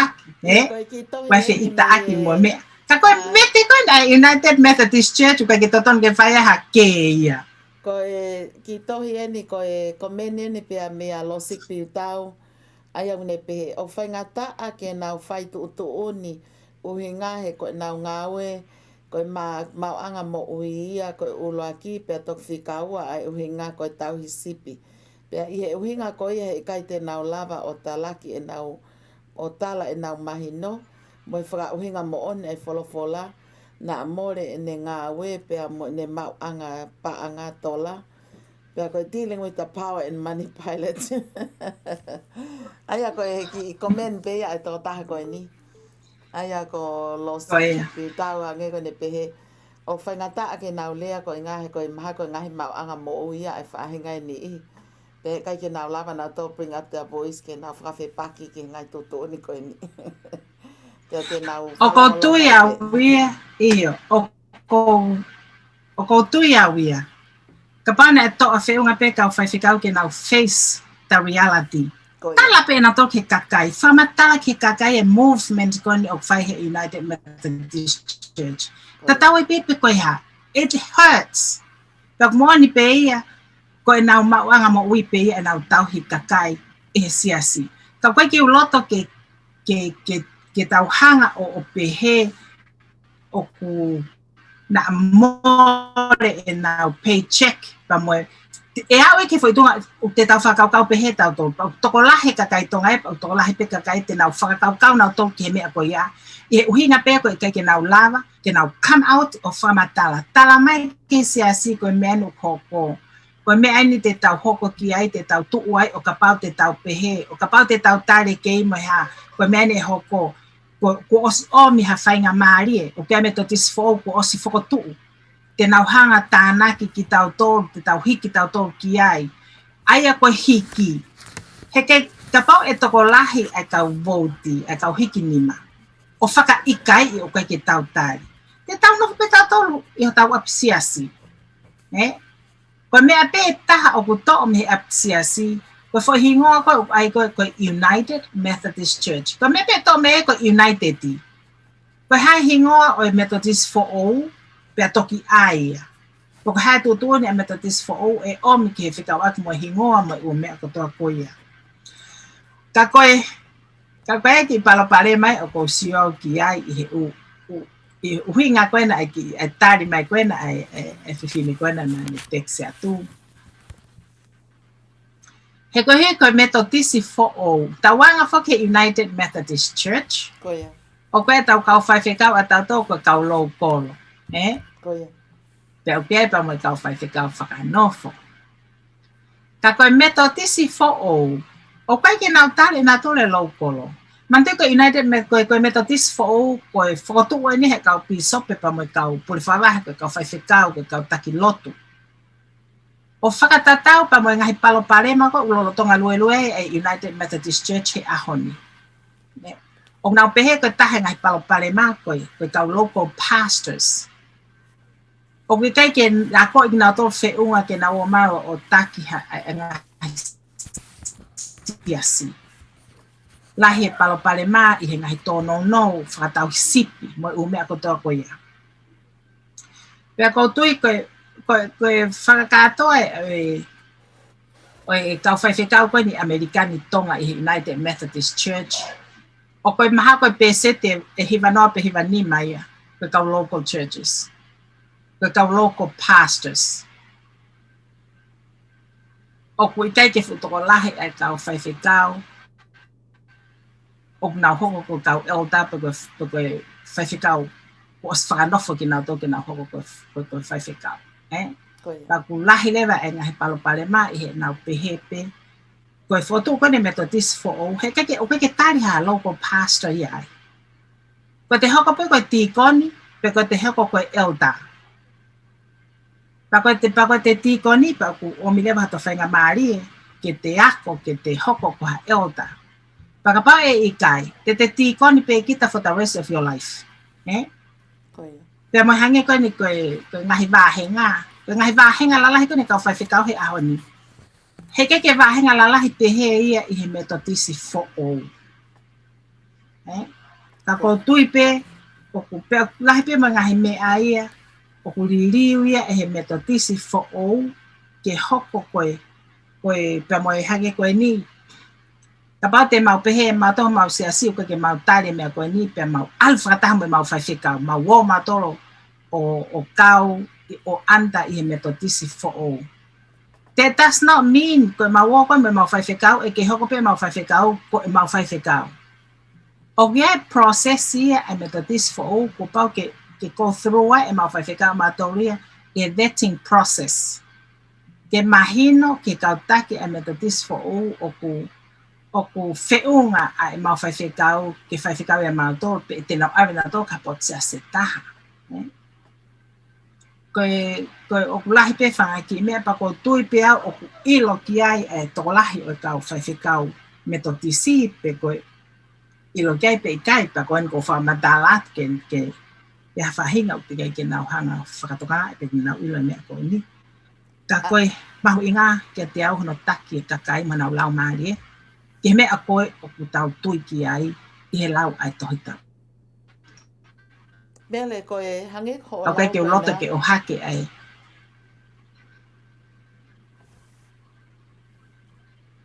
Oh, mele? O kai ke o ngoi ho lea. I kai hangi ko o lea mali ko nena e tok tuku mai ho pe koe mau inga ko ngai kautaki whakalau mali e ki nau tolu. Koe tawa mengi whao sa singa koe tau polkalama. Koe hanai ha o hinga, koe hanai ha mea e hoko a taha. Koe tāsi pinga o e nofo o taki hoko ko ha taki whai totonu, pia ko ha tāsi pinga I he lotu, I he taimi whangata a koe ni o ku whe ao pia mo e kau whaiwhekau koe ni I he Methodist. Ka ki mo aia ko whamaloa ten ka ki mo toko ki lotoni. Ko alisi tokanga wepi malo pito ko e kau mai. Rite a telefoni pa mai Arizona. Lesina hefa malo apito lesina e ta lunga me ki ta prokalama. Lo siki pitau. Pea pefo ke ngo tonga ani ko ni na vai tau e langi ki he ano masi ma. Ma moki mo tol ko ta pek to lahi apito mo loto ko ke o lava o fatonga I koto mo ingoa. So sifa fataua ka kui kai ke o lava o ma o kakato ato mo ingoa asimai malo. Te tuko atia ko maha ko ku ki fehu I peia pa mahalo ke hanga o whakarea mai. Te whangma pa maala ala ko hae taki lelei. Mua tāsi pinga lelei I he taimi ko ni. O ku whaingata ke nau tuu o tuu o asiki mua ke tala ho nau loto mo nau whakaukau. Malo mere. Ia, malo apito. Ke te hoko ko ha taki ko ha taha o ku ne taha sipinga lelei. Ke te hanga pe o moi ai whaunga a sisu. Ke te hoko ko tau sipilelei, ke te hoko, ke te ofa ke he tako toko toape. Pa ke te whai ai ngahi me au tuha mo tau, ki he anga o e nofo, pe mai anga o e tau whanonga I he siasi. Ke nau loto lahi, kau whaiwhekau, loto lahi. ke nau hanga o tala mo oni pe nau hanga o ave ke kakai e mea to tonu ke nau iloi. Pe tukuange be ke kakai e ke nau whaiteri. Koe hae mea te nau whiri ki ai. Pe te nau tāri e koe uhi he piai ho nau e nau whanau pe koe nau foha o nau fie whai whekau ke nau hoko ko hakau taki i he United Methodist Church. Pe koe nau follow ai lau ai tohi tapu ke taki pe ai kakai ke mea to tonu mo tuha mo tau ke nau kau ke. Ko tui mahalo koe ki whama apo pe o e whiawhini. Let's follow Jesus in his way. Pe he kai rewa ke tau toi tāla a pe te tau toi irifia pe te tau mana wahe. Ke anga he tūtu oni o omi me o lunga. Tau te fito ke me tau pi sope pa mo tau pure whakawahe. Ko tui mahalo ko ia pe.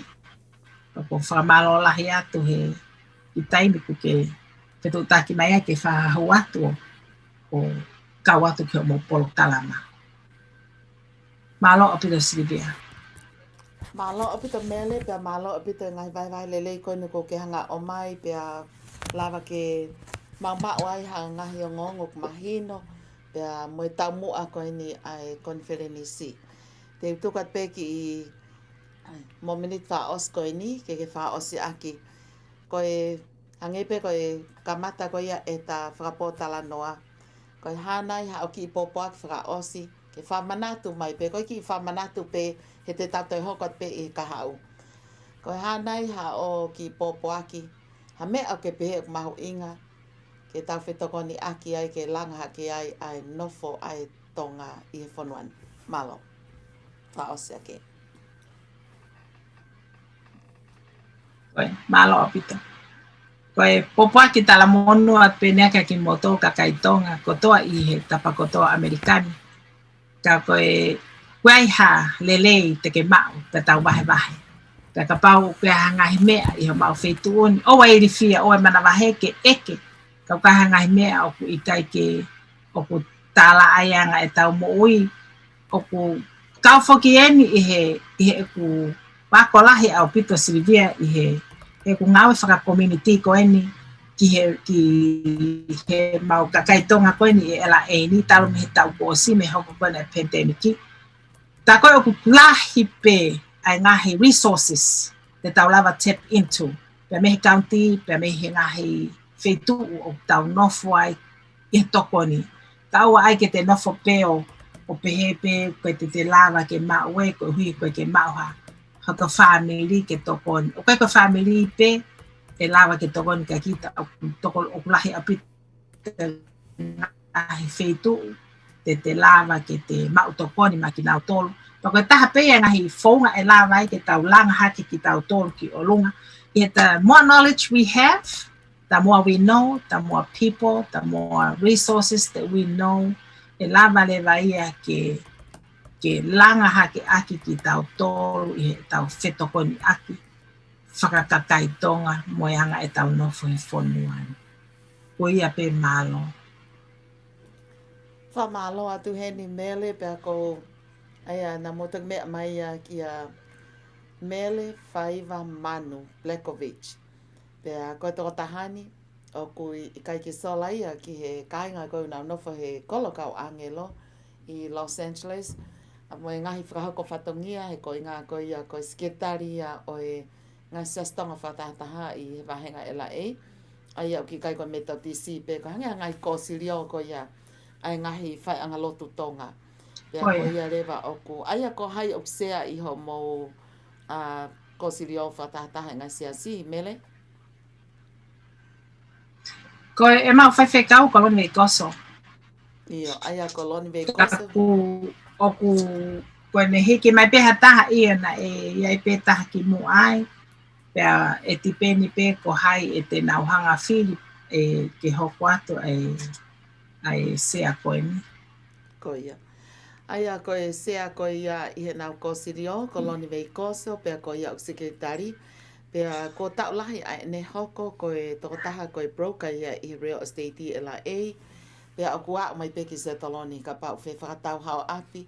Koe tokotaha eni ko lawi tau a ene tokoni i aho tau kai ngā tō ngā ko a eni ke mei tau e whango fulu ai ne whakahoko whatongia.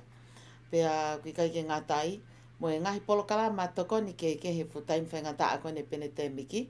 Ne whakalere ngahi food bank ke tokoni ke community. Pea kui kai ke ngatai ma ngahi polokala ma ke lava ma mai ngahi seniti ke tokoni ke ngahi whamiri ko ia kui kai ke si lava o mauha ngai whainga maari e whakapaanga ke ki nau tolu. Ko ia ko e tō tako ni te lava pe tō whetu taki mai pe te toki atu pe ahono whaikiki. Ka te tau te polokalama pe mo ia i he kaha u. Maari e pe whaafo ofa au pito ai polokalama he ahoni.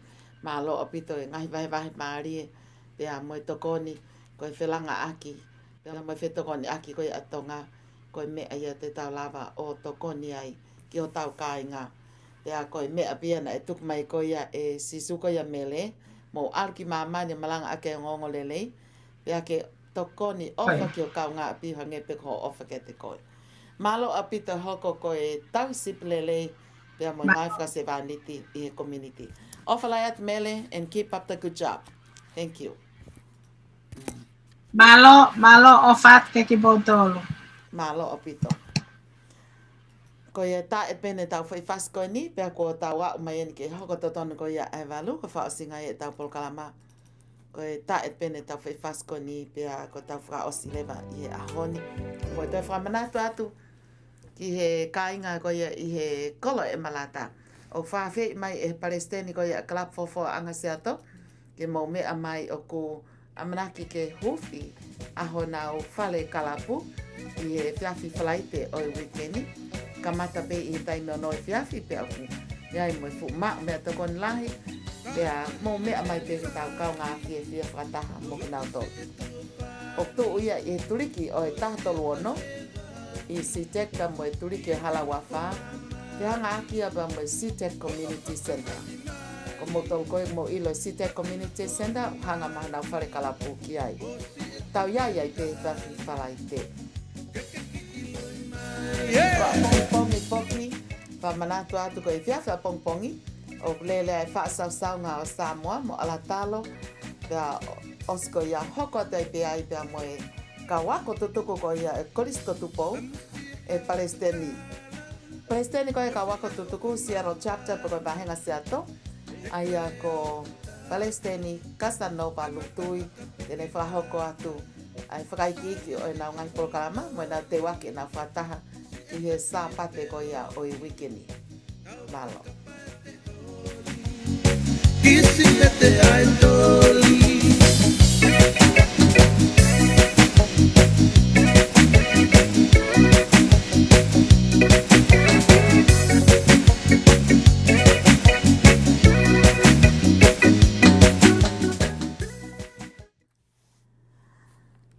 Malo apito he ni losik pitau, malo apito e kau mai, pa pehe whoki a plotu aka ka moto le sina hefa, pila li tea telefoni, malo apito ofa atu alisi, ke ki motol mo e kai ngā hono kotoa. Malo apito ki moto ko te pena e kau mai, ki he tau polokalama ko ia o e whiawhini.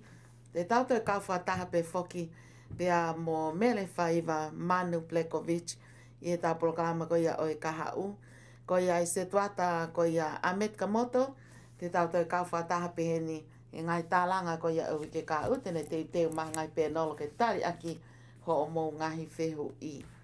O whekau aki pia mo e ngai mea koe ni ai konferenis ko ia ai metotisi pa mo e anga o i hoko atu. Ko i tau wau maen ke whaasinga ko i tau polokalama ka malo at whaka ki motol te whamanata te whiawha pongpongi. Moto i mea mai pe tau kau whataha i he whiawha pongpongi. Ko ngā tau ka whataha i pa mo e ka wako tutuko e korisko tupo, pa mo e Palestini te a mo Casanova lutui. Pea whaki ai whakaafi ki he whiawhalaite, pea me i he whare kalapu ko ia o e fofo anga siato, me he Palestini kalama takai, ai whaafi ke mo mea mai e whiawhalaite ke tau ma o mea toko ni pāpāhia i te mo e whawhiawhia e nau to e kamata a ngā whare kalapu. I e turiki pe ko ia o tahatolo no i Sitek Washington, hanga mai te ki Sitek Community Center, pea mo e hala wafa 24th Avenue South. Ko ia ko tawa mai eni ki whaasinga tau polokalama, wha maloa te moto kota pena mo mea mai tau kau whata, e whake King County, Christina Predict, ko e nahi information e na e tokone ka ki motolo. Ki ha o rent, ki ha ngahi polo kalama tokone ke e lava o tokone atu ia te ki motolo, ko na e wahe te Christina, te a moe te polo kalama ko ia e plerulu i ka hau. Malo apito ho mo mea mai, ka mo mea a, whina mato whaho a ka sirivia taimi aho, pe whaki ki he ensinia, se ala te pōwhis tā te rilo. Mo mea a.